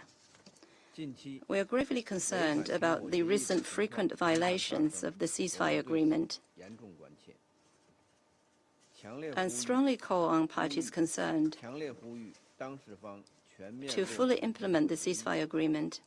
In particular, the provisions on access of humanitarian aid and release of detainees, among others, must be implemented strictly, seriously, and in good faith. In this process, the dignity of all, including the deceased, should be respected. Negotiations on the second phase have been deferred. The international community should encourage and support the parties in moving ahead with the negotiations as soon as possible. Countries with major influence on parties, in particular, should play a role to that end. The massive Israeli attacks on the West Bank has lasted over a month, creating the largest displacement of Palestinians since 1967. Israel has also indicated it will maintain a long-term military presence in the West Bank. The situation continues to escalate. The developments are worrying. War must not be reignited in the West Bank. West Bank must not become the next Gaza. China calls on Israel to stop its military operations in the West Bank, cease the settlement expansion, and curb settler violence in earnest, and calls on all parties to work together for early de-escalation of the situation. Colleagues, the fundamental crux of the decades-old Palestinian issue lies in the failure to implement the two-state solution and to establish an independent state of Palestine. Gaza and the West Bank, including East Jerusalem, are all inalienable parts of the state of Palestine and the homeland of the Palestinian people, not bargaining chips for political deal-making. The post-war governance of Gaza must follow the principle of Palestinians administrate Palestine. The international community should provide support for the reconstruction of Gaza. The role of UNRWA in the humanitarian relief and post-war reconstruction of Gaza is irreplaceable, and its normal mandate delivery must be guaranteed. We call on the international community to step up its efforts to advance the political process of the two-state solution and to provide necessary guarantees to that end. Along with the international community, China will continue our unremitting efforts to restore peace in the Middle East and to achieve a comprehensive, just, and lasting solution to the question of Palestine. Thank you. I resume my function as President of the Council. And I'll give the floor to the permanent observer of the Observer State of Palestine. You have the floor. Mr. President, we thank you for convening this meeting at this critical time. We also express our thanks to Special Coordinator Sigrid Kaag for her presentation and efforts, and Daniel Levy for his important briefing. We also acknowledge the presence and testimony of Noah Argamani and echo her calls for honoring the ceasefire. Mr. President, Israel's plan is clear in Gaza, in East Jerusalem, and in the rest of the West Bank. Get rid of Palestinian demography to seize Palestinian geography. It has this recurrent dream that it will end this conflict through the disappearance of the Palestinian people. That will never happen. It will not happen. We have often repeated, there is not a people too many in the Middle East. There is an independent state missing. The failed recipes of the past will never deliver a different future. Our history is filled with wars that Israel promised will be decisive, and they were not. Of mass forcible displacement that was supposed to end the Palestine question, and it did not. The idea that more injustice, more brutality, more oppression would lead to peace is madness. The idea that more killing, more maiming, more displacing will bring security is delusional. There is no military solution to this conflict, only a political one. As we sit here and speak, on the ground, Israel is trying to make sure that political solution, the only one that leads to peace, is not viable anymore. It is destroying the two-state solution in the hope to make its unlawful annexation of Palestinian land permanent. It continues entertaining the idea of emptying the Gaza Strip of its people through so-called voluntary migration, the code name for mass forcible displacement. It is conducting a large-scale military assault against the Palestinian people in the West Bank, notably against refugee camps, which has led to the largest displacement of Palestinian population there since 1967, with over 40,000 Palestinians displaced, and now stating it will not allow their return and intends to stay there for a year. While the Arab world are trying to find a way out of the hell Israel left behind in Gaza, Israel is unleashing hell in the West Bank. When we speak of the utter and wanton destruction of Gaza, of human tragedy and people's ordeal, of the devastation, of how Gaza was made unlivable, let us not forget Israel's responsibility as it deliberately spread destruction across all of Gaza with the very purpose of making it unlivable. Mr. President, there is only one way forward. Preserve the ceasefire in Gaza and ensure its full implementation in line with Council Resolution 2735 and end the escalation and aggression in the West Bank, leading to a permanent cessation of hostility. Ceasefire has to be permanent. Reconstruction of Gaza while its people remain in Gaza and while they participate and benefit from such reconstruction. The Palestinian government assumes its full responsibilities throughout the OPT and should be enabled and supported in this endeavor. A cessation of all the policies that entrench the occupation and conflict instead of ending them. Ending the occupation, achieving the independence of the State of Palestine, and implementing the two-state solution. Mr. President, enough bloodshed, enough agony, enough suffering. Let me repeat that. Enough bloodshed, enough agony, enough suffering. Israel has killed at least 50,000 Palestinians, maimed, displaced, arbitrarily arrested, tortured, and caused suffering for millions of Palestinians. Our children have been killed, amputated, orphaned, displaced, traumatized. This has to stop. It has to stop.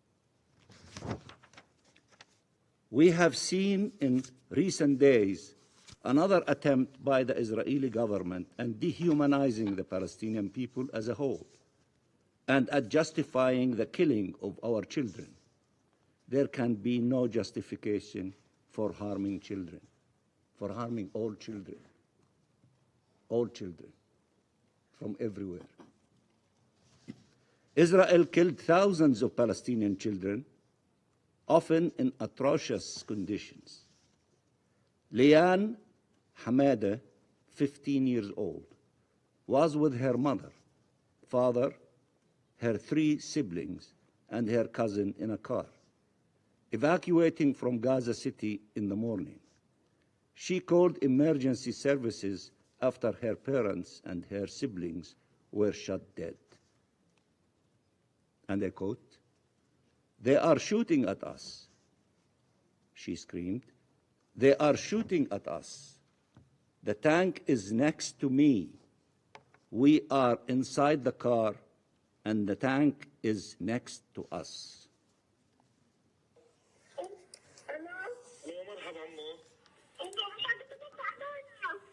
الو مرحبا.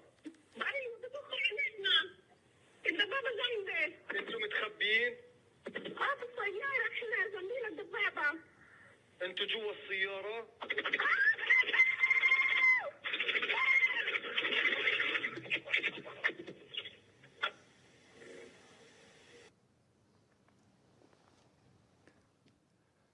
Here is the recording as you heard it, her call.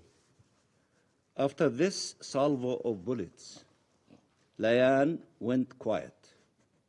A few moments later, her 6-year-old cousin, Hind Rajab, picked up the phone. Let me show you her picture.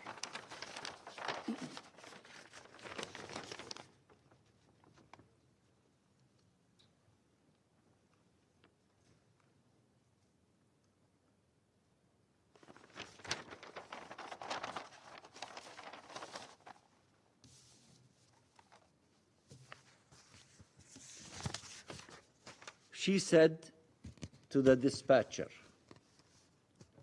"They are dead. I am in the car. The tank is next to me. It is moving. It is very, very close and moving. Talk to me. When someone can you hang up? Please come take me, please. It's almost night. The night is approaching. I am scared. Please come, take me." Listen to the voice of Hind Rajab and imagine her agony and the agony of her family and of thousands upon thousands of Palestinian families. ميتين؟ وهم هلا بعد بالسيارة؟ هذا جنبية. الدبابة وين؟ جنبية. الدبابة جنبكم؟ عم تتحرك ولا واقفة؟ نزل حدا منها؟ هي بتتحرك. تتحرك؟ طيب هي بتتحرك جنب السيارة ولا هي جاية من ورا السيارة أو من قدام السيارة؟ من قدام السيارة. هي جاية عليكي من قدام السيارة الدبابة؟ قريب كتير؟ كتير. وعم تمشي؟ ما بدنا نخاف. انتي معي. أنا معك يا عمري. أنا معك. أنا معك ليجي حدا ياخذك، ما بدي أسيبك لحالك. لما يجي حدا بتفصلي. إيه؟ لما يجي حدا يكون بتفصلي. لا أنا بتمني معاكي. I will stay with you to make sure you're okay. Stay with me, stay with me. Oh, sweetheart, I'm here with you. I will not leave you alone.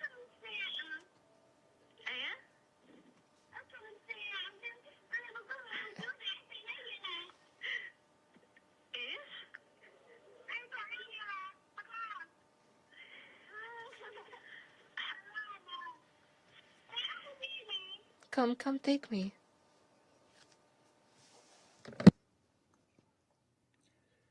The dispatcher stayed on the phone with her, trying to reassure her, God will protect us, playing, counting games. The Palestinian Red Crescent sent an ambulance with 2 emergency respondents, Yusuf Zino and Ahmed Al-Madhoun, to rescue her. They never made it. It took 12 days till rescue teams were able to reach the area. They found the 2 members of the rescue team dead, and they found Hind, her aunt, her uncle, her 4 cousins, all dead. Our children deserve compassion and solidarity. They deserve compassion and solidarity. They are born into a terrible reality, and one generation after another fall victim to it. They are not less deserving of your outrage for their killing and their inhumane treatment. All families are entitled to dignified burial of their loved ones, all of them. And as you assert this principle, remember the images of Palestinian mothers and fathers collecting what remained of the bodies of their children in plastic bags, or carrying their corpses while being displaced for miles. Remember the thousands that remained under the rubble because we were not allowed to rescue them. Remember the hundreds of Palestinians' corpses still detained by Israel. When Israel decides to delay the release of hundreds of prisoners, including women and children, that is collective punishment. Israel has abducted thousands of civilians, and they were subjected to inhumane treatment and then released or disappeared. Did you see the images of our released prisoners? Often starved, with marks and scars on their bodies. Did you know Israel subjected them to beating before their release, or to humiliating and degrading treatment, and makes them wear clothes with provocative slogans on them and film them? Or these images never made it to you? Have you seen them? I'm sure you did.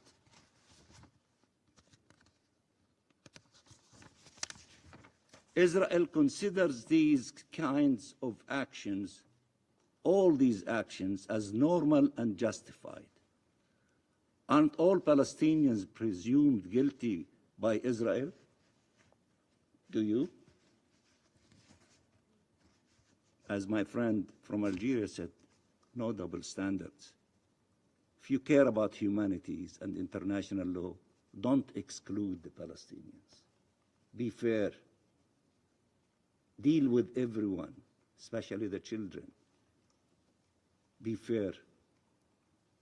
Justice does not serve only one group of people and ignore other children.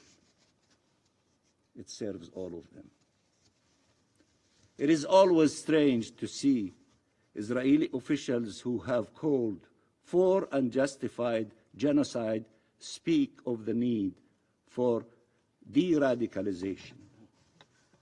The most extremist views are out there in the public sphere, including that Palestinians do not exist or do not deserve to exist, that raping and torturing prisoners is justified, that starving Palestinian civilians is morally justified, that all our children are guilty. And these are not only theoretical views. Israel is acting upon them. And if it is the one committing the action, it is no longer barbarism. To the contrary, it is the only to safeguard civilization. This is a narrative that countries in these halls know well, a narrative to justify the oppression of entire nations. Mr. President, what we need is not more violence. It is to break the cycle of violence. That's what we need. We can always find justification for revenge, but will it ever solve the problem? We owe it to our peoples, to our children, to end this conflict, not find reasons to continue perpetuating it. All children deserve to live in freedom and dignity and security. All children. We have repeated many times how important it was to be consistent. The rules of humanity and legality do not change with nationality, religion, or race. Human dignity should always be preserved, and civilians should always be protected, not killed, not paraded, not ill-treated. The sanctity of human life should be respected, and the respect owed to the dead should be honored. We reject all actions that run counter to these principles. As we ask you to know the stories of our children and to remember their names, we offer our condolences to the Bibas family. Nothing justifies what happened to Kfer and Ariel Bibas or their mother, Sherry.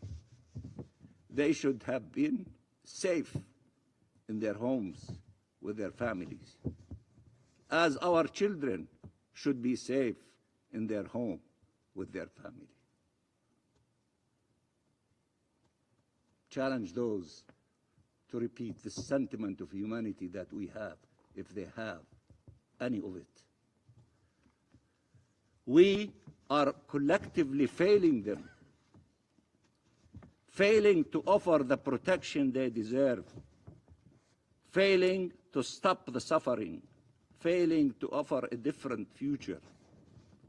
In Gaza, the loss of children and the loss experienced by children can barely be grasped. What they need now is not further uncertainty, but the knowledge that the world will be by their side. Mr. President, we said from the first day this assault will be against the Palestinian people as a whole. Through indiscriminate killing and wanton destruction, we said only a ceasefire can allow Palestinian and Israeli families to be reunited in life, can allow to put an end to the mass starvation of Palestinians, can allow to stop the effort for their forcible displacement. We said that Israel's goal was the remains annexation, and that after Gaza, Israel will intensify its assault on the West Bank. How many hostages were released in military actions, and how many hundreds of Palestinians have perished in these military attacks that were supposed to rescue the hostages, but led to the death of many of them? And how many hostages have been released through ceasefire agreements? Ceasefire works. Ceasefire saves lives. For the U.S., the conclusion of this agreement and its implementation is about the hostages. But for Israel, was it? The next few days yet again test its true priorities. Will they destroy the ceasefire and resume fighting? Or will all of you, will all of us make the ceasefire permanent to save lives? Mr. President, the fate of our people is not to be killed and be displaced and be occupied and oppressed. No people would accept such a fate.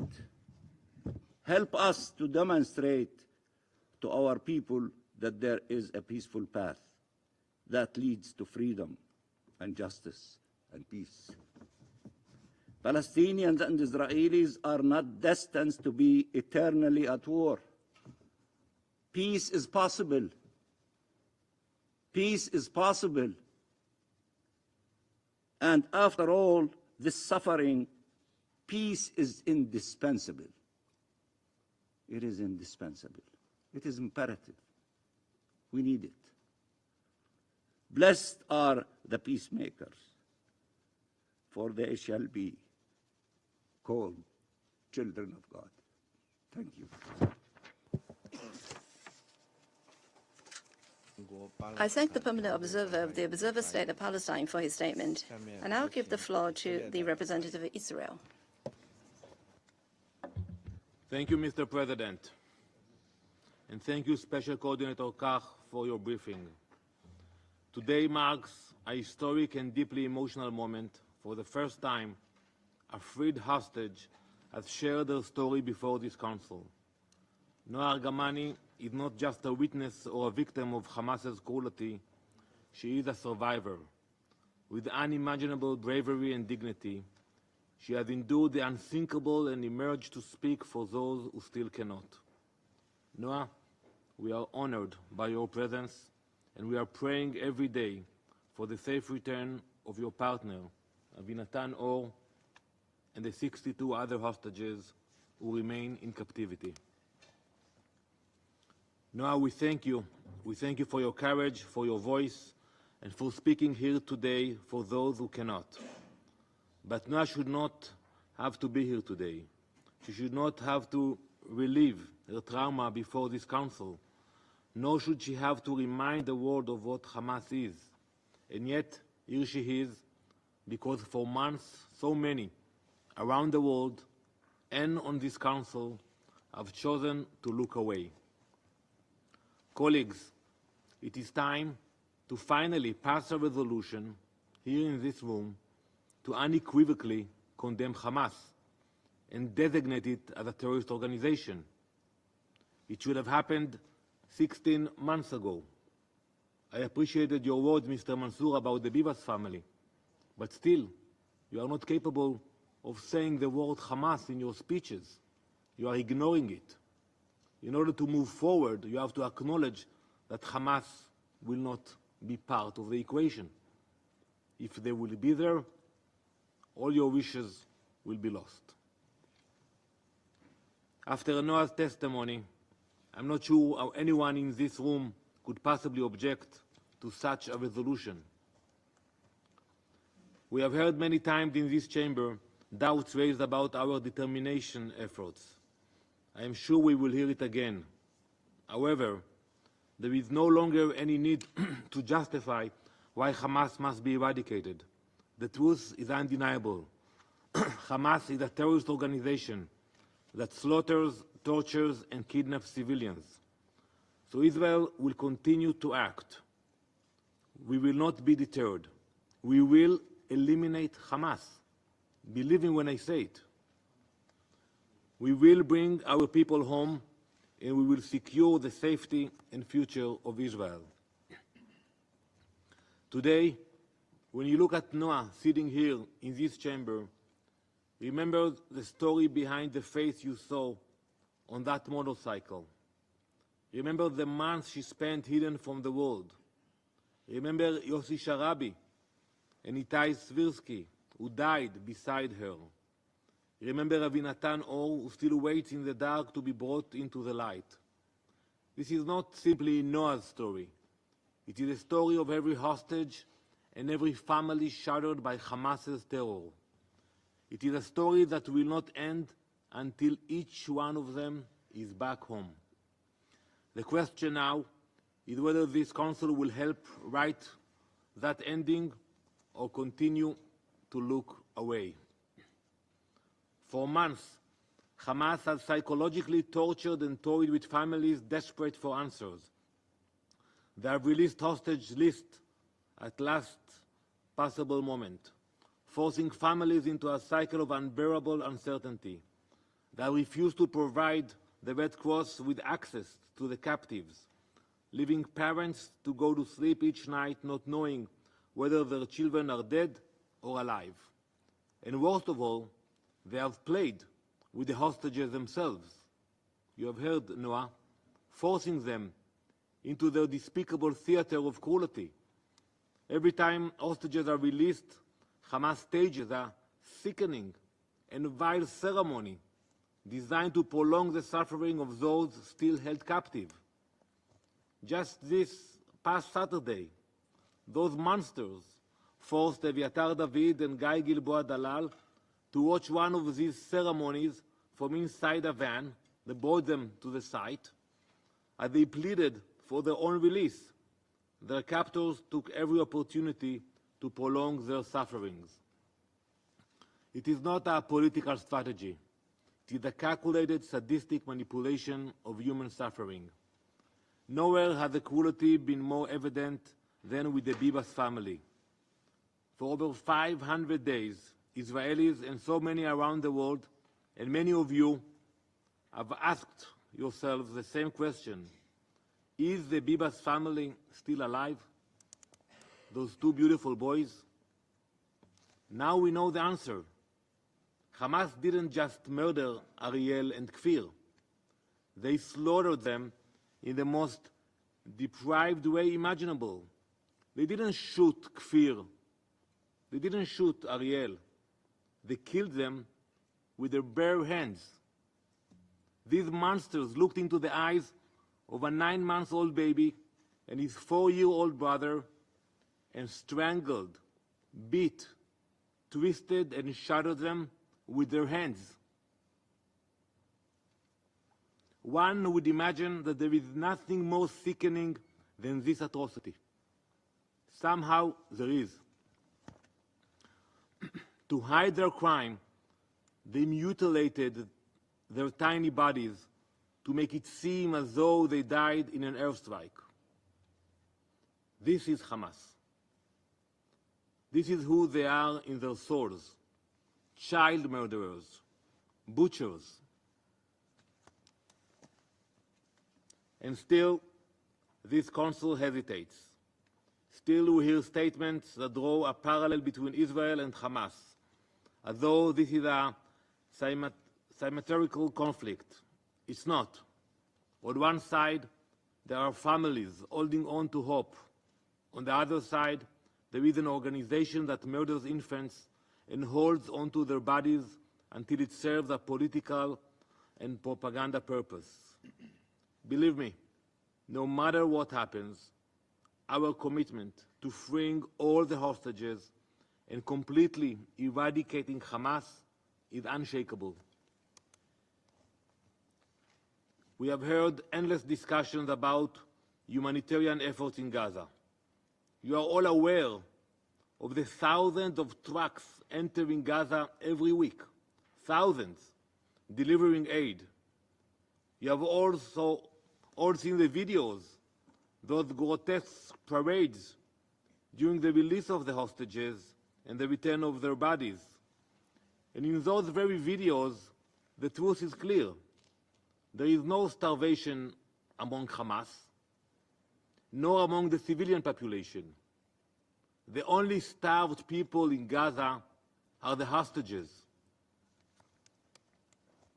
We have seen their emaciated faces, their frail bodies, the undeniable evidence of months of deprivation. However, unimaginable suffering is clearly not worth the time of many on this council. Mr. President, tomorrow we will bury the bodies of Ariel, Kfir, and Shiri Bibas. Yarden Bibas' family is gone. The nation of Israel will come to a stop. We will escort the bodies of Ariel, Kfir, and Shiri to their final resting places.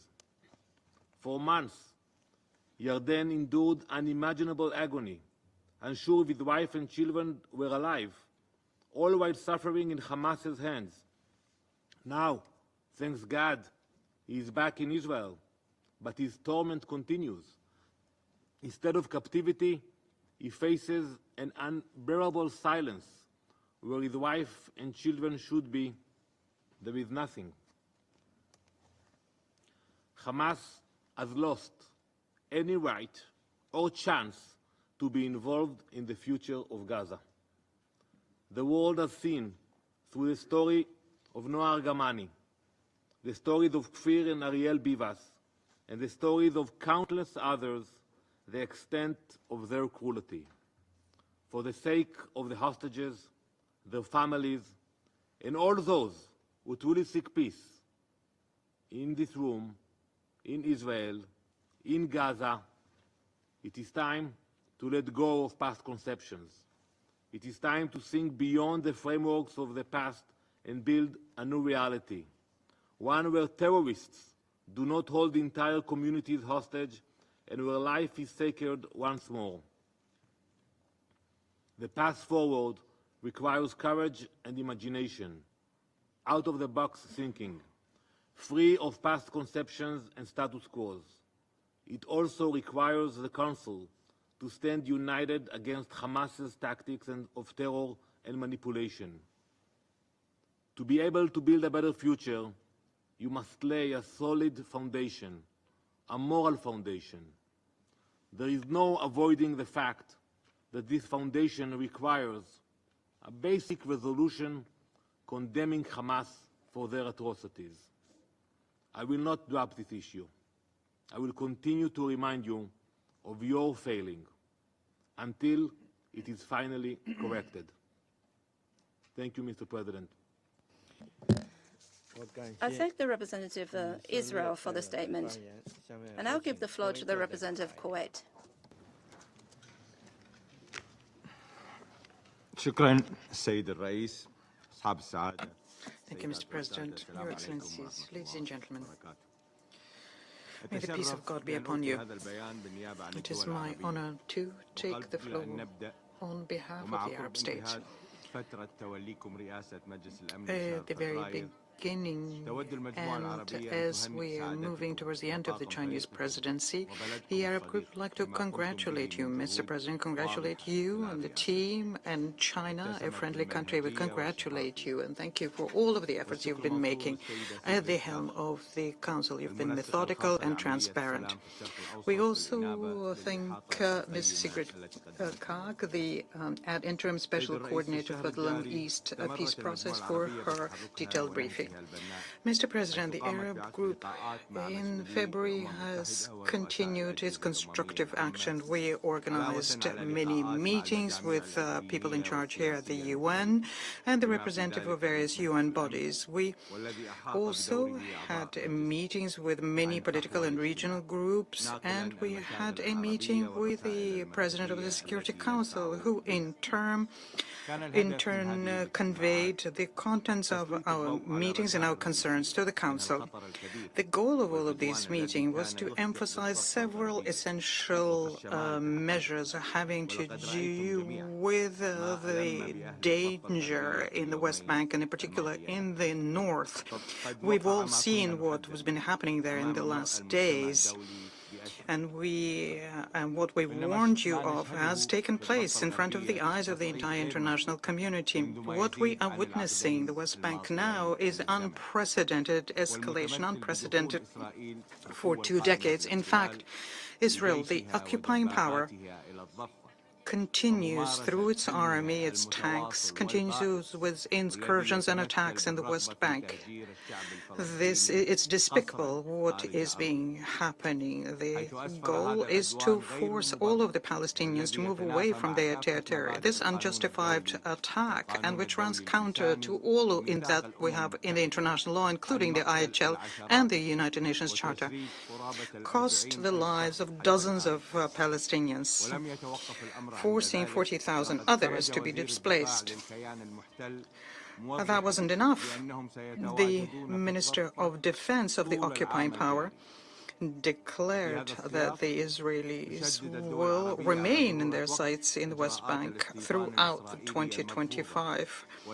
The Arab states reaffirmed the need to put an end to the Israeli settlements, which was already rejected by the international community. We reiterate our position, which rejects any and all attempt to have a first displacement of Palestinians. This would be a war crime under the international conventions. And in particular, under Article 49 of the Fourth Geneva Convention of 1949, which prohibits a forced transfer of civilians and occupied territories where they need to be protected. Furthermore, we insist on the need for the international community to undertake effective measures so as to guarantee that the Palestinian people can remain on their territory and enjoy all of its legitimate rights. We call on the international community to play a more active role so as to put an end to an aggression in the West Bank and also to put an end to all of the attacks on the holy sites, both Christian and Muslim sites in Al-Quds al-Sharif. The actions by Israel show that Israel is not trying to return to calm. They're trying to undermine the ceasefire agreement in Gaza through a brutal escalation in the West Bank. In this context, the member states, do they still have any doubt remaining about the manipulation by the occupying entity, which is not honoring its commitments and trying to undermine any possibility to get to peace so that the occupying entity continues its crime of genocide against Palestinians? Will the Security Council remain silent while its serious violations continue, their war crimes and crimes against humanity? Are you waiting for a repetition of this, that this tragedy triggered by the occupying entity repeats in Gaza? Or will the Security Council get out of its lethargy after the death of tens of thousands of the Palestinians? Mr. President, the Arab group firmly rejects any form of forced transfer or displacement of the brotherly Palestinian people from their territory or their historic lands. We also reject any attempts to make states in the region bear the consequences of such displacement. We denounce, in particular, what the Hashemite Kingdom of Jordan was exposed to, and the Arab Republic of Egypt and the Kingdom of Saudi Arabia in the wake of attempts to do this with the Palestinian people. This will only complicate the situation and have nefarious effects on peace and the situation in the region, which in turn will impact international peace and security. We welcome the position of the international community when they firmly reject such appeals which run counter to international legality. If the Security Council remains incapable of putting an end to such a tragedy, which has been going on for 16 months, they need to commit themselves to implement their own resolutions at least, and in particular Resolution 2735, which calls inter alia for the following: an immediate, complete, comprehensive ceasefire, the return of Palestinian civilians to their homes and their neighborhoods throughout Gaza, the safe and effective distribution of humanitarian assistance at a large scale, and the rejection of any attempt to have a territorial or demographic change in the Gaza, including all measures aimed at reducing the territory of the Gaza Strip and the strict commitment to the two-state solution under international law and the United Nations resolutions to that effect. In fact, the adoption of that resolution provided a glimmer of hope, trying to put an end to Israeli aggression in Gaza. The occupying power disregards international legality and continues creating obstacles everywhere it can to peace and to the end of the aggression. Mr. President, the action by Israel, the occupying power, undermines the ceasefire, makes it more fragile. In fact, Israel has no respect for the major efforts made by Qatar, by Egypt, and the United States trying to arrive at this agreement. Let's recall that the main goal of the ceasefire agreement was to have a lasting and permanent ceasefire, creating a political horizon so as to implement the two-state solution. There will not be peace without a two-state solution under international legalities in all of its pillars. In this context, and together with the entire international community, we need to take place in the international conference, a high-level conference, which will take place at the General Assembly in June 2025, under the presidency of Saudi Arabia and France. And we call upon all member states to participate in this at the highest level and to do so actively. In the light of the above, and given that the occupying power does not respect the international legality, knowing that the occupying power continues making unilateral decisions which threaten peace and security regionally and internationally, thus undermining the multilateral work being done by this organization, the Arab group calls for an operationalization of an international independent commission entrusted with the investigations in the occupied Palestinian territories, including the East Jerusalem and in Israel. This was created in 2021 in the Human Rights Council. In fact, the violations committed by Israel, the occupying power, are constituent of war crimes and crimes against humanity, and this includes premeditated murder of children in the Gaza Strip. Here we are referring to more than 17,000 children. 17,000. Mr. President, the Arab group reaffirms its position of principle, which hasn't changed, which is in support of the rights of the Palestinians. We recall yet once again that the main cause of the conflict is the occupation, whose end we still do not see on the horizon.